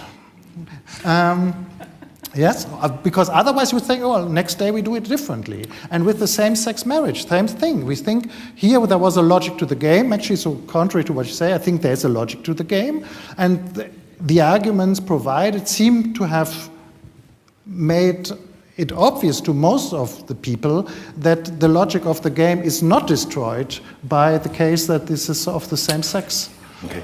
The reason I showed you those maps of the progress of legislation in the United States was that I don't think it was a process of steady persuasion. Okay. Something else was going on. Mm-hmm. I didn't make myself clear if I suggested that I thought that all of repugnance had to do with preferences. When I talked about objectification, I said that I thought that that was a question of preferences. But when I talked about coercion, it turns out I'm concerned about whether there could be coercion. I think there's an empirical question about whether you can harm people by offering high payments, and I'm prepared to investigate whether that's the case. So I think that our difference might be more on what kind of evidence makes us comfortable with our conclusions rather than on whether we think it's preferences. And on a small matter, let me just mention that that you can't actually buy your way into Stanford. You can't attend Stanford merely because you can afford the tuition. You can't choose to come to Stanford. You have to be admitted. And yesterday I spoke to the Max Planck Societies, and as Dorothee mentioned, I've recently written a book about matching markets. Many of the most important markets are markets in which prices don't do all the work, and you can't just choose what you want, even if you can afford it, but you also must be chosen. And certainly college admissions in the United States is like that. It's expensive to go to Stanford, but first, you can't just choose to go, even if you can afford it. Second, Stanford doesn't choose who to admit by raising tuition until supply equals demand, and just enough freshmen want to come to Stanford. Lots of people, it turns out, would like to go to Stanford. Similarly, job markets. Google, you can't just show up at Google and say, I'm here. You have to be hired. And neither can Google tell you to come to work for them. They have to compete with Facebook. So many markets, many of the most important markets, are not commodity markets in which you are dealing anonymously with someone else and only the price is at issue. Many markets involve relationships. They involve matching. You care with whom you're matched. Stanford cares who it admits. People in search of a college education care what college they go to. So prices may be important, but they don't decide who gets what. And this was the title of my recent book. Thanks. Next question is Michael Hutter. Michael Hutter, I'm an emeritus here at the WZB. Basically, I want to ask you if I interpret one of your empirical results correctly. If I understood it all right, the central issue is people harming themselves, or persons harming themselves. I think that the logic of the game is an interesting issue in itself, but the core is the question of harm. That we find it repugnant, abscheulich is the German word, which expresses the visceral attitude that you get from seeing somebody doing that to him or herself. And in earlier times, religiously, one was concerned about also the welfare of the soul, so harm extended to you going to hell if you are a usurer, so we don't want you to be that way, and I don't want to be in the situation to have to deal with it.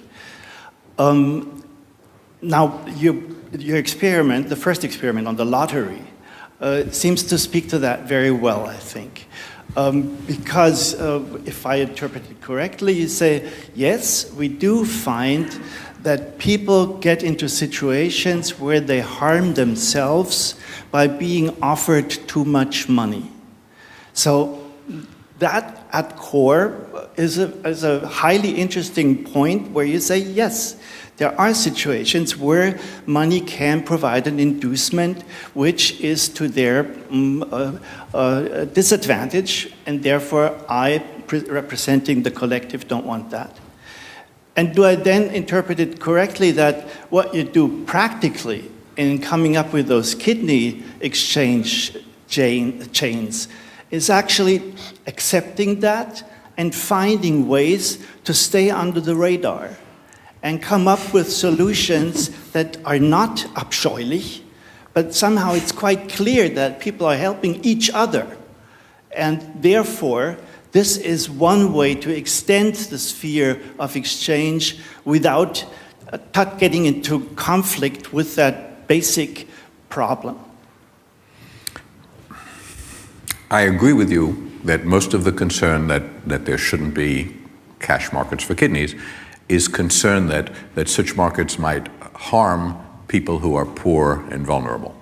Right? So it's not concern that you might have to sell your kidney, although that could be a concern. If we weren't careful about how to write the laws, then you might find yourself somehow being forced to sell your kidney when you couldn't pay your mortgage or something like that by the terms of a contract. But that's illegal now, and we could keep it illegal if we wanted. So I think the opposition to sales of kidneys is not from people who imagine that they will sell their kidneys, or even that they will be disadvantaged by the fact that they can sell their kidneys but don't want to anymore. I think it's mostly this concern that sellers will come from, well, the things we don't like about black markets, that sellers come from Moldova and go to Baku, and where they sell their kidneys, and they don't get proper medical care, and they don't get paid what they were promised, and because they're committing a crime both in Moldova and Baku, they can't get legal redress, and then they don't get post-operative care. That just bad things happen. Incidentally, that's an argument. The fact that we don't like these black markets is an argument for legal markets, I think. The question is, we can't stamp out the black markets. It is a repugnant transaction, which part of that means people want to do these transactions. Maybe we should offer them the protections that legal markets do. But I think you're right. I mean, the empirical question, the thing I want to understand is not, can you harm yourself by participating in a black market? Because of course, when you deal with criminals, you're always, some chance that you'll come to harm. The question is, could you be making fundamentally wrong decisions in ways that would undermine economists' habit of belief that voluntary transactions between consenting adults improve welfare of both parties? And if there are dangers of that sort, you can also think, could we change the nature of the transaction? Can we put some regulations around it to more often get the good thing we want and avoid the bad thing? Now, about kidney exchange, can it be the case that someone makes a mistake by donating a kidney so that his brother gets a kidney?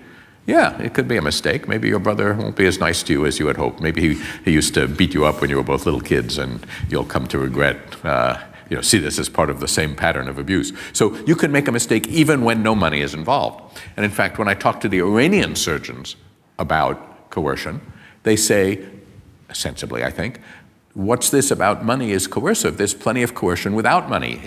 If your brother comes home for the holidays and announces he has kidney disease and needs a transplant, and your mother thinks that you should give your brother a kidney, you are coerced.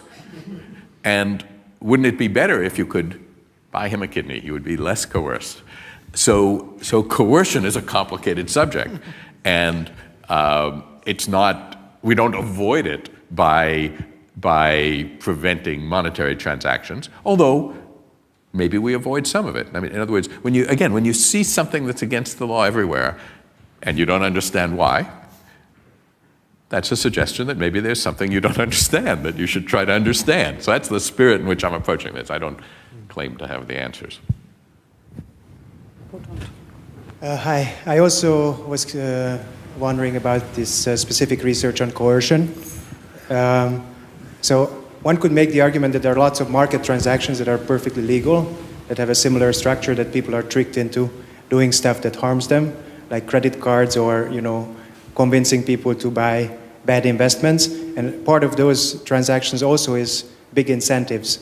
Like people, this is stuff that's important for people, is their savings, and it's important to them to make the right thing, and that's exactly how they are tricked into buying bad investments. So I was just curious how you think about that. Is this a repugnant transaction that happens to be legal, or is there something else about it relative to kidney exchange? Okay, I couldn't hear you perfectly. So what the phrase I heard clearly is about repugnant transactions that happen to be legal, and And whether you get a bad credit card deal and you have to pay a lot of money, or you put your savings on the wrong product, whether that could be a repugnant. Sure. Well, there are certainly legal transactions that are repugnant. Let's look at same-sex marriage. It went from being an illegal transaction to being a legal transaction in the United States, but it's still a transaction that some people would like to do and other people think they shouldn't be able to do. Again, that's why I showed you the map. The laws changed, right? So the rights moved, but the people who think you shouldn't marry someone of the same sex still think so. We didn't convince them by changing the laws. So laws are just evidence that a transaction is repugnant. They're not what makes it repugnant. And of course, there are consumer protection laws that have yet to be passed that we will pass when we understand the threats that we should find repugnant in badly working markets. So there are certainly transactions that we will legislate against, but are repugnant now when we notice them, and will be more repugnant when we see their effect more. So yeah, I wouldn't want to identify repugnance with legality, right? Sometimes repugnance is so widespread that it becomes enforced in laws, but often there are lots of repugnant transactions. There was a time, and maybe still, right? I mean, but you noticed it right after the financial transaction that maybe once again, the things that Max Weber told us about, that the commercial transactions were going to become regarded as repugnant. There are surely people who think that hedge fund manager is a repugnant occupation. Okay. I think we should, maybe there's one question here and then maybe one or two short ones, and then I think we should close. Okay. Thank you. Hi, I'm Robert Lepanese. I'm a philosopher of economics at the Free University, and soon also I'm having trouble hearing you. Here an ASK fellow at the WZB. And my question is about the ethics of market design and the role of the economist in all of this. So you said that you care that markets do what we want them to do, and you like to prevent them from doing what we don't want them to do. And you've chosen in your practical work in a variety of markets that you have improved yourself, from residency requirements of doctors to school choice to kidneys. Now, which markets should economists choose? And because there are various ways in which, and in other work you've written about economists as engineers. So the question is, what kind of engineers should economists be, and what kind of value choices and normative choices should economists engage in? Thank you. All right, that's a good question. There's a big difference between, say, a centralized marketplace and central planning. What a central planner tries to do is determine the outcome. Central planner will tell you who gets what. That's his job. What a market maker tries to do is put together a forum in which the participants in the market can decide that through their interaction with each other. So I think of economists as engineers in a sort of technocratic sense. That is, if markets are working badly, when the participants in the marketplace are dissatisfied with the outcome in ways that can be addressed by a change in the rules. Now, which participants? And so the easiest markets to redesign, you want to know sort of, in a moral sense, which markets should economists direct their attention to. But my doctoral students, they ask a much more directed question. They say, which markets should we study? Which are profitable ones to study in the sense of maybe you could make a beneficial change? And what I say to them is, they should be markets that are working so badly that everyone in the market agrees that a change is needed. Right? Markets that are just where people are trying to come together somehow and are having trouble doing it. There's some market failure that is so obvious to everyone that they will be glad to have your help. Because in many circumstances, I found this when I approached doctors about kidney exchange, but in other cases as well, it turns out there are a lot of circumstances in which people don't automatically view economists as members of the helping professions.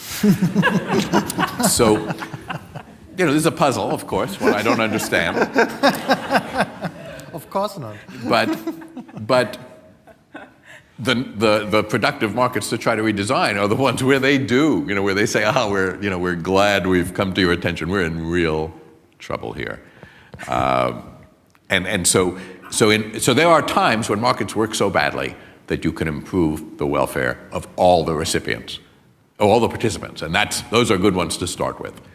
And again, I think that's the story with kidneys. Notice we are not buying kidneys from people who didn't think of donating a kidney. What we're saying is you want to donate a kidney to your brother, but it turns out you're not medically compatible. You have different blood types, or he has antibodies to some of your proteins, and so his body can't take your kidney. So he wants a kidney to live. You want to give him a kidney so that he lives, but you can't give him a kidney. And now we can involve you in an exchange so that you give a kidney so that he gets one. So everyone in that transaction wants it desperately. Could some of them be mistaken? Sure. Right? I mean, it doesn't stop that it could be a bad idea for you to give your brother a kidney, for you in some sense. But I'm not trying to judge that. I'm looking at what the people in the market want. Can we help them do it? Okay, so just the two last questions. You ask them in a row and then you can answer. Okay, so going back to the idea of being able to harm yourself eventually, or taking a credit card deal that you don't want, or that kind of thing. Could it be that sometimes you find transaction repugnance simply for the way of protecting yourself from some fundamental flaws that people may have? For example, I don't know, you don't want people to go bet at the casino every Sunday because you think the human brain is not able to make it to understand that they're going to lose eventually. Or you don't want people to shoot heroin or that kind of thing. And in which category eventually would you put that kind of? Maybe you ask your question as well, and then. I wanted to ask both of you that if you could design your favorite kidney market in your home country, and there was no rule or any law against you, what that design would be. Okay, let me leave you the final word, because I don't have a final word on this. First, some of the markets you talk about, like narcotics and perhaps gambling, perhaps the reason we don't like them is we don't think that they are voluntary transactions. We think that narcotics are addictive and that they enslave you. And so slavery is not a great example of a repugnant transaction the way I talk about it, because the slave is not a voluntary party to the transaction. His welfare isn't being improved. That's why I'd like to talk about indentured servitude. That was voluntary entry into slavery for a specified time in order to come across the Atlantic Ocean. So that might improve the welfare, but we didn't like it. We don't allow it. It's not illegal. You can't sign a labor contract in the United States that says you won't quit under any circumstance. So I think the question of voluntarism is there. You know, addiction might not be voluntary, and we already decided we don't like slavery. Now, you ask me what would be the ideal market if I could design a market for kidneys in my country. If I were given the job of designing a market for kidneys, I would want to gather more evidence. I would want to do some experiments. We speak of the states as the laboratory of democracy. I would like to start to see some variation in the laws that would allow us to start to understand better who would come forward in return for what kind of incentives and what would be the consequence, and so that we could evaluate the effects of incentives and see whether that we thought they made us better off or worse off. But I would like to gather evidence. Okay, so I don't have a final word either, but to your question, in addition to what I already said, is there might be also you might think of it as a self-binding procedure, as economists also often do, namely that you might think that you might get addicted once you try heroin, and therefore you want to prevent yourself from doing it, and things like that. So you could see forbidden market transactions in the same way, that we know if we, also part of the slippery slope, if we get into it, we might not get out of it. And the exit option was exactly what I was pointing out is very important here, to keep up the voluntariness and the freedom on equality here. So here I have no idea. So it's basically not money, of course, I would say, but of course the problem is a huge problem, because the supply and demand doesn't fit at all, and it is a humanitarian problem, of course, and therefore the regulations we have at the moment are not really fulfilling their functions. We have to get better here, and the question is how to do that, and that's a big problem. Okay, thank you very much to Elle, to Stefan, to all of you for answering questions.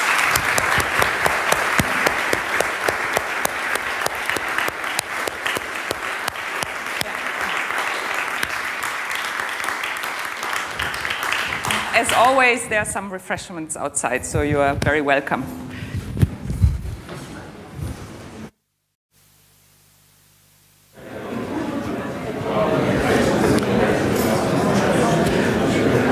Welcome to the 8th WZB Distinguished Lecture in Social Sciences. And it's actually the 3rd lecture in economics. We're very proud and happy to have Al Roth here today. It's a great pleasure for me to introduce him to you. In the following, I want to just briefly point out the main stages of his career and then talk a little bit about the substance of his work.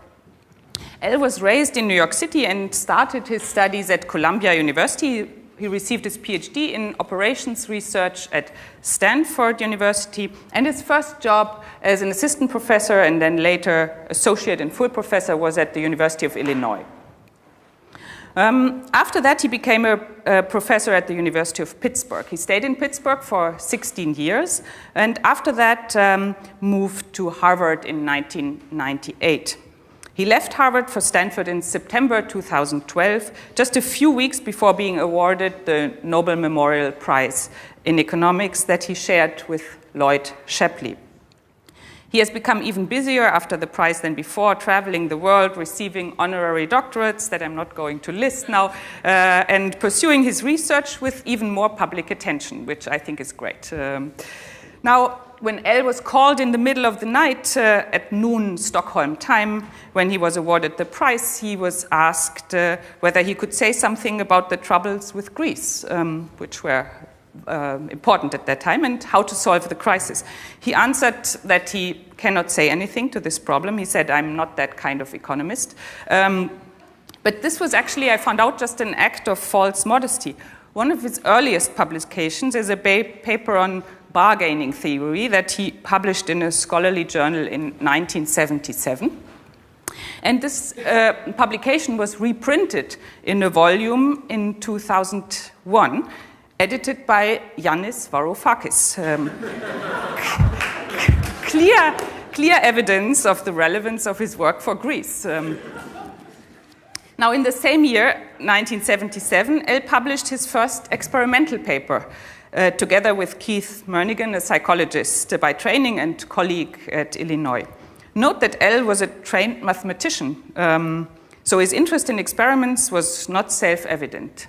Maybe his wife, Emily, a cognitive psychologist at the University of Illinois at that time, plays an important role here, but I will leave it to future biographers to uncover this story.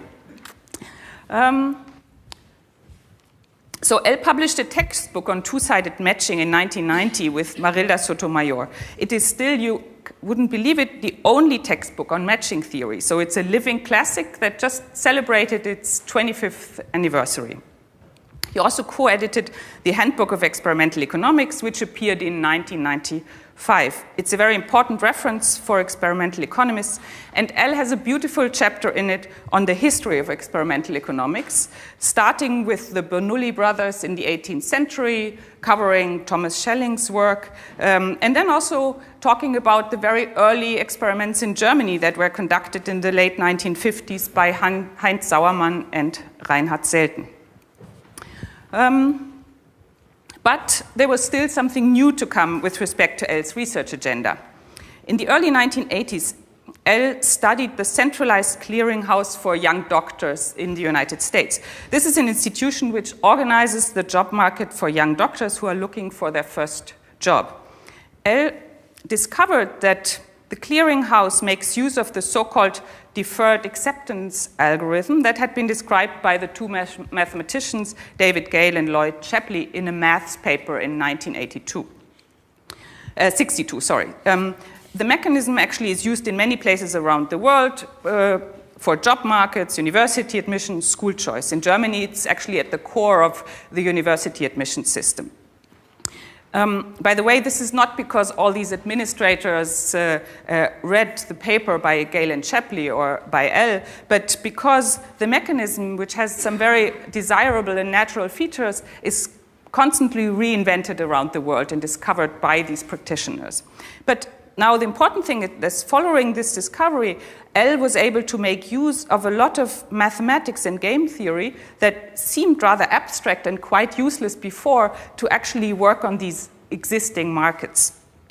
With the help of these tools, L helped reorganize the medical match in the US in the 1990s by developing the theory further and by using data from the clearinghouse as well as simulations.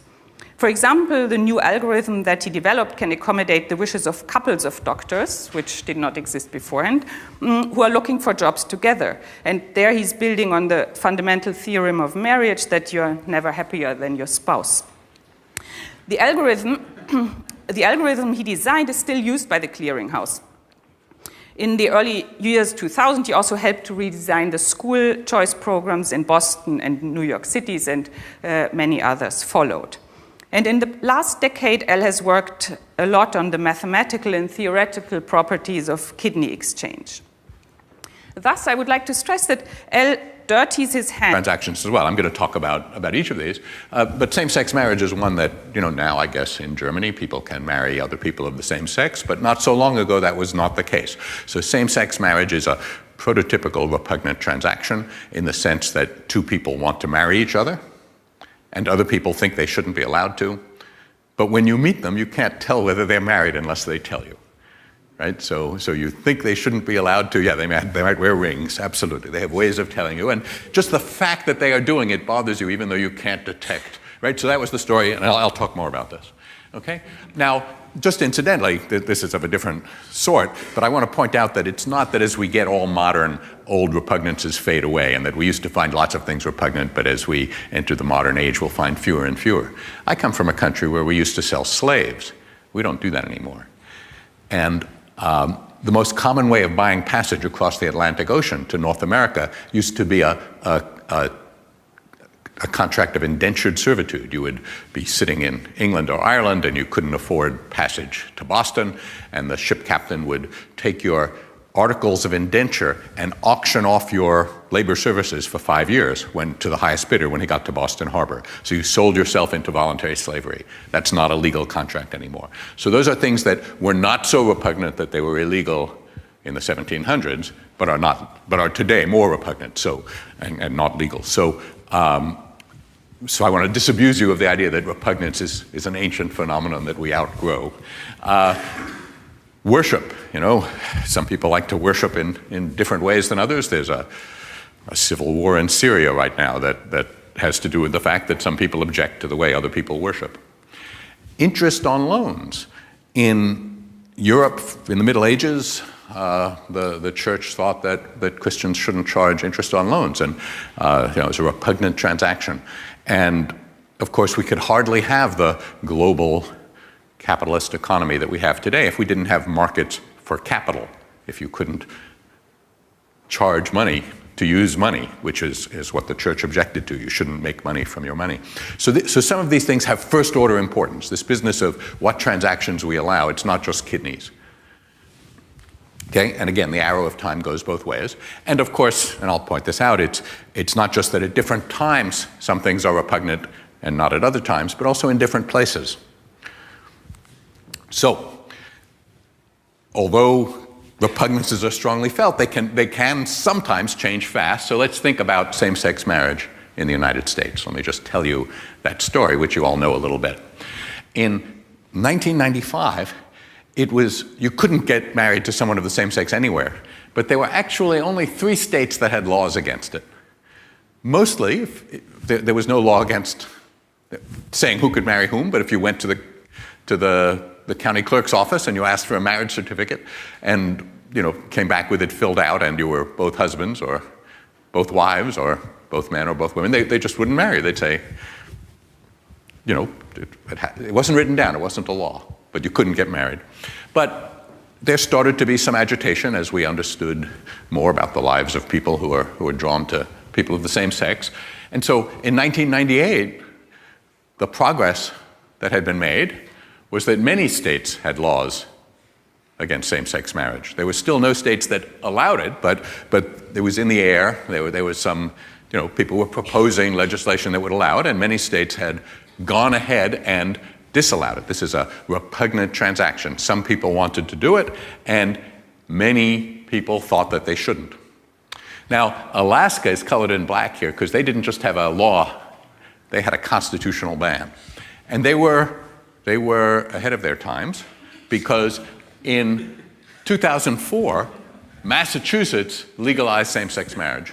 And the way Massachusetts legalized same-sex marriage was the Massachusetts Supreme Court found that citizens of Massachusetts were being denied the equal rights they were guaranteed by the Massachusetts Commonwealth Constitution by not being allowed to marry who they wanted to marry.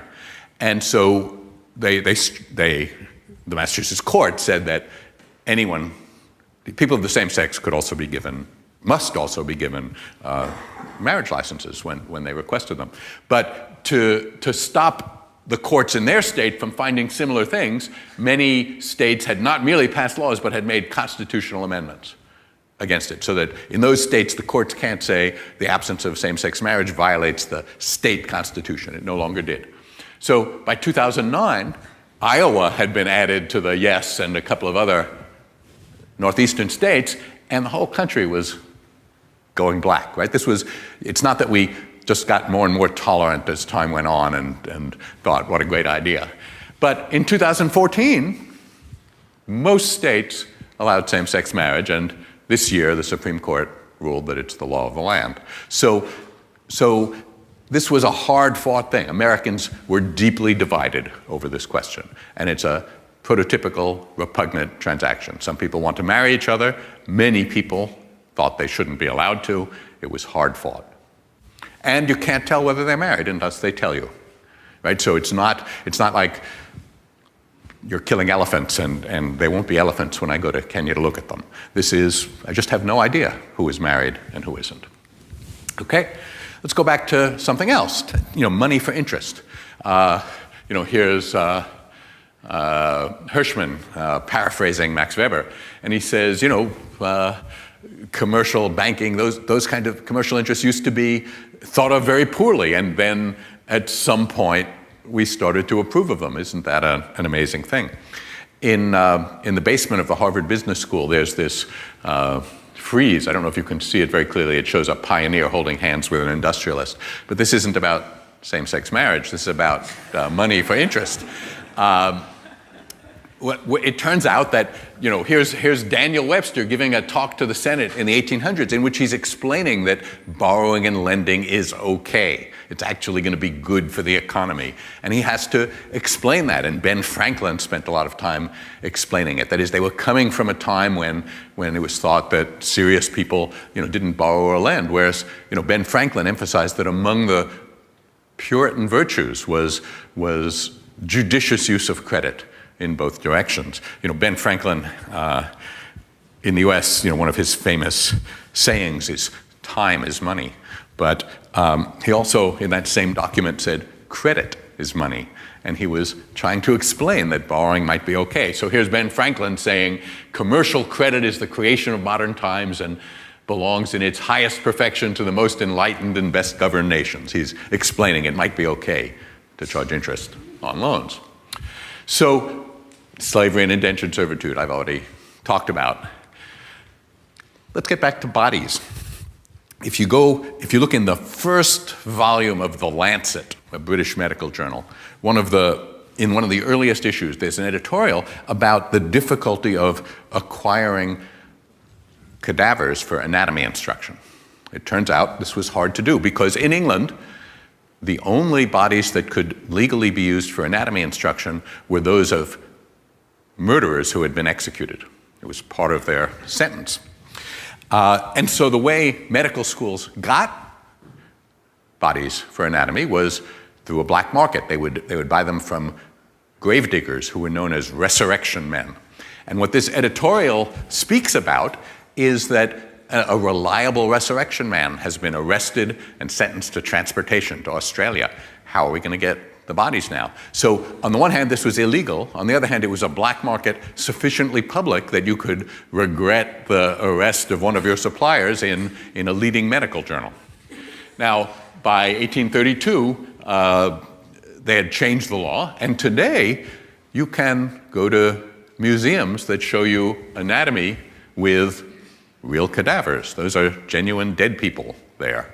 And there's a commercial trade in cadavers. You might find it repugnant, but it's legal. Actually, much of this kind of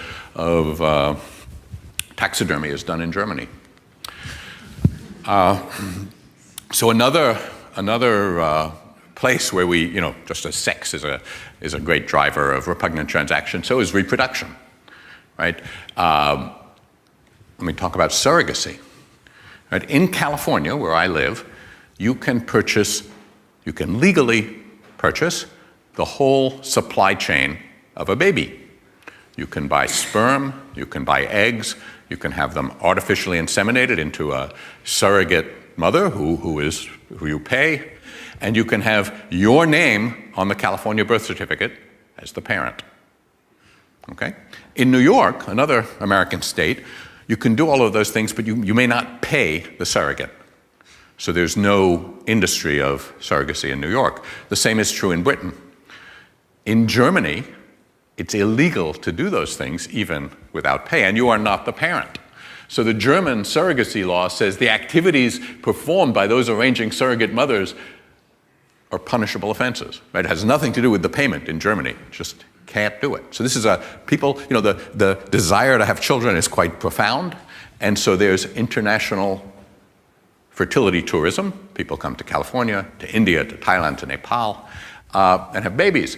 Now, when German couples who are infertile and can't have babies on their own do this, they run into the problem that a child born to a surrogate, there's a particular news story, surrogate mother in India has been refused a German passport. Notice the German surrogacy law says German authorities cannot recognize the maternity of a commissioning mother, even if she has a foreign birth certificate. So here you are coming back from India, and the authorities saying, who is this small person? And, under German law, we don't know who the small person is, but not your child. So needless to say, there are problems. But the point is, there are black markets even when this is a repugnant transaction. It's against the law in Germany, but German people still want to do it. And it's, of course, not just German people. There's a big market in fertility. Fertility is, wanting to have children is a powerful impulse, it turns out, even unconnected from sex. Okay, so these are all pretty complicated. I think it's helpful sometimes to look at uncomplicated cases of repugnance just to get a clearer idea of the variety of things that some people would like to transact and other people don't. And then I'll eventually tell you about some experiments. He's talking to administrators in school districts or to those responsible for entry-level labor markets. He's talking to doctors all over the US and in many other countries to establish kidney exchange programs.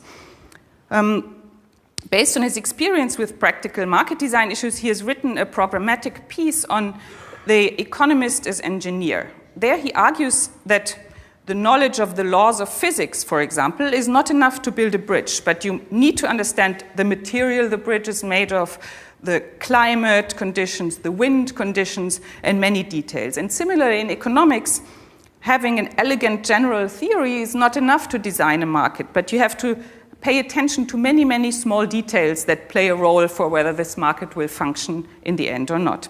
And Elle has actually just published a new book this year on market design, Who Gets What and Why, and this is highly recommended and a great read for a general audience. Now, Elle has been a pioneer in many respects. He started as a theorist, ran lab experiments already in the 1970s, when experiments in economics were still very exotic. He worked on the theory of matching when not many economists knew that this field existed at all. He started thinking about the design and redesign of matching markets before auction theorists turned to market design. He worked and is still working and publishing with computer scientists, mathematicians, psychologists, medical doctors, and sometimes even with economists. Now, recently, El has started to think about another pressing problem, namely the refugee crisis in Europe. In his market design blog, he has a number of posts on this problem. He has proposed to understand the assignment of refugees to countries as a matching problem. Countries may have quotas, but refugees often have preferences where they would like to go. And there are many good reasons to take the refugees' preferences seriously, he says, as they may reflect, for example, the presence of family or friends in the country, so they can group together, language skills, and so forth. And all of these reasons, of course, make the successful integration of refugees more likely. And he's currently thinking about that a lot, I know that. So that's an ongoing program. Now, I hope I was able to give you an idea of the fascinating work that Elle is doing. Now I'm very much looking forward to the lecture on a topic that's, I think, a classic theme in social sciences and in moral philosophy, namely how important goods in society should be allocated via a market with money or differently.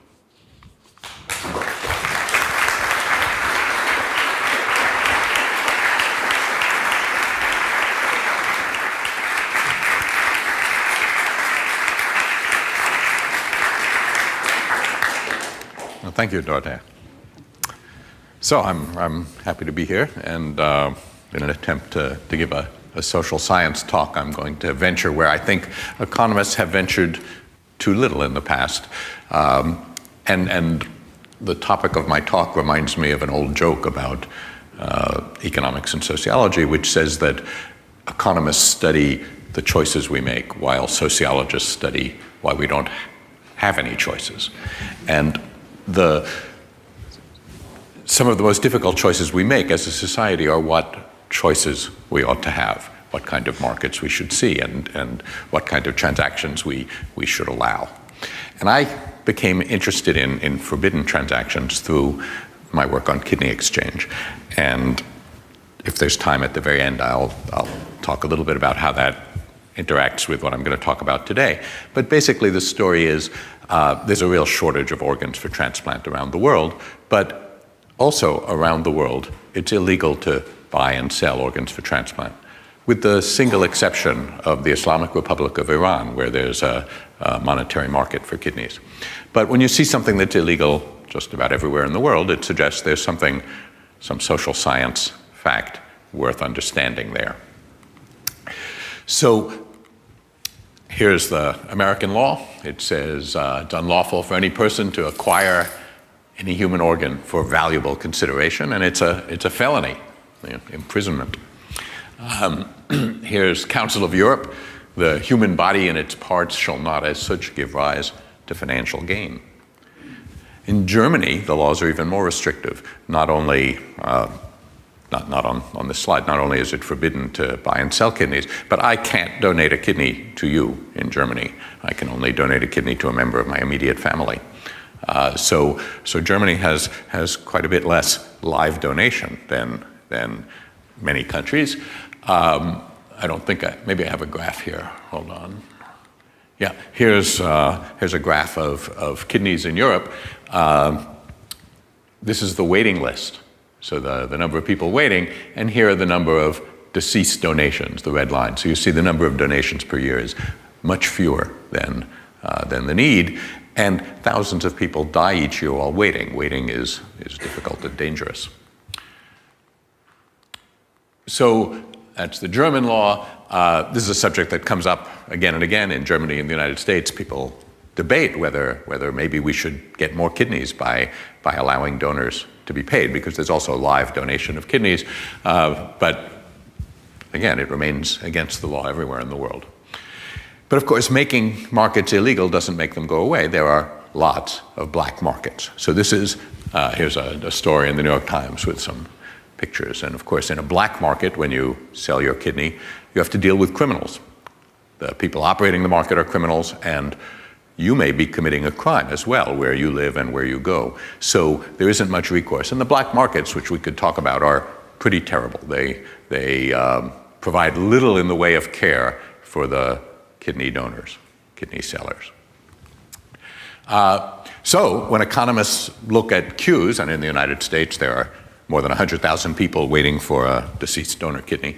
When we look at queues, we tend to think that the price mechanism should be allowed to work, that the reason there are long lines of people waiting for kidneys is the supply of kidneys isn't sufficient, and if you were to raise the price, you could elicit more supply.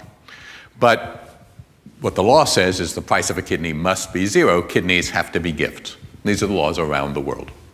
And as I say, the supply and demand are no more nearly in balance in Europe than they are in the United States.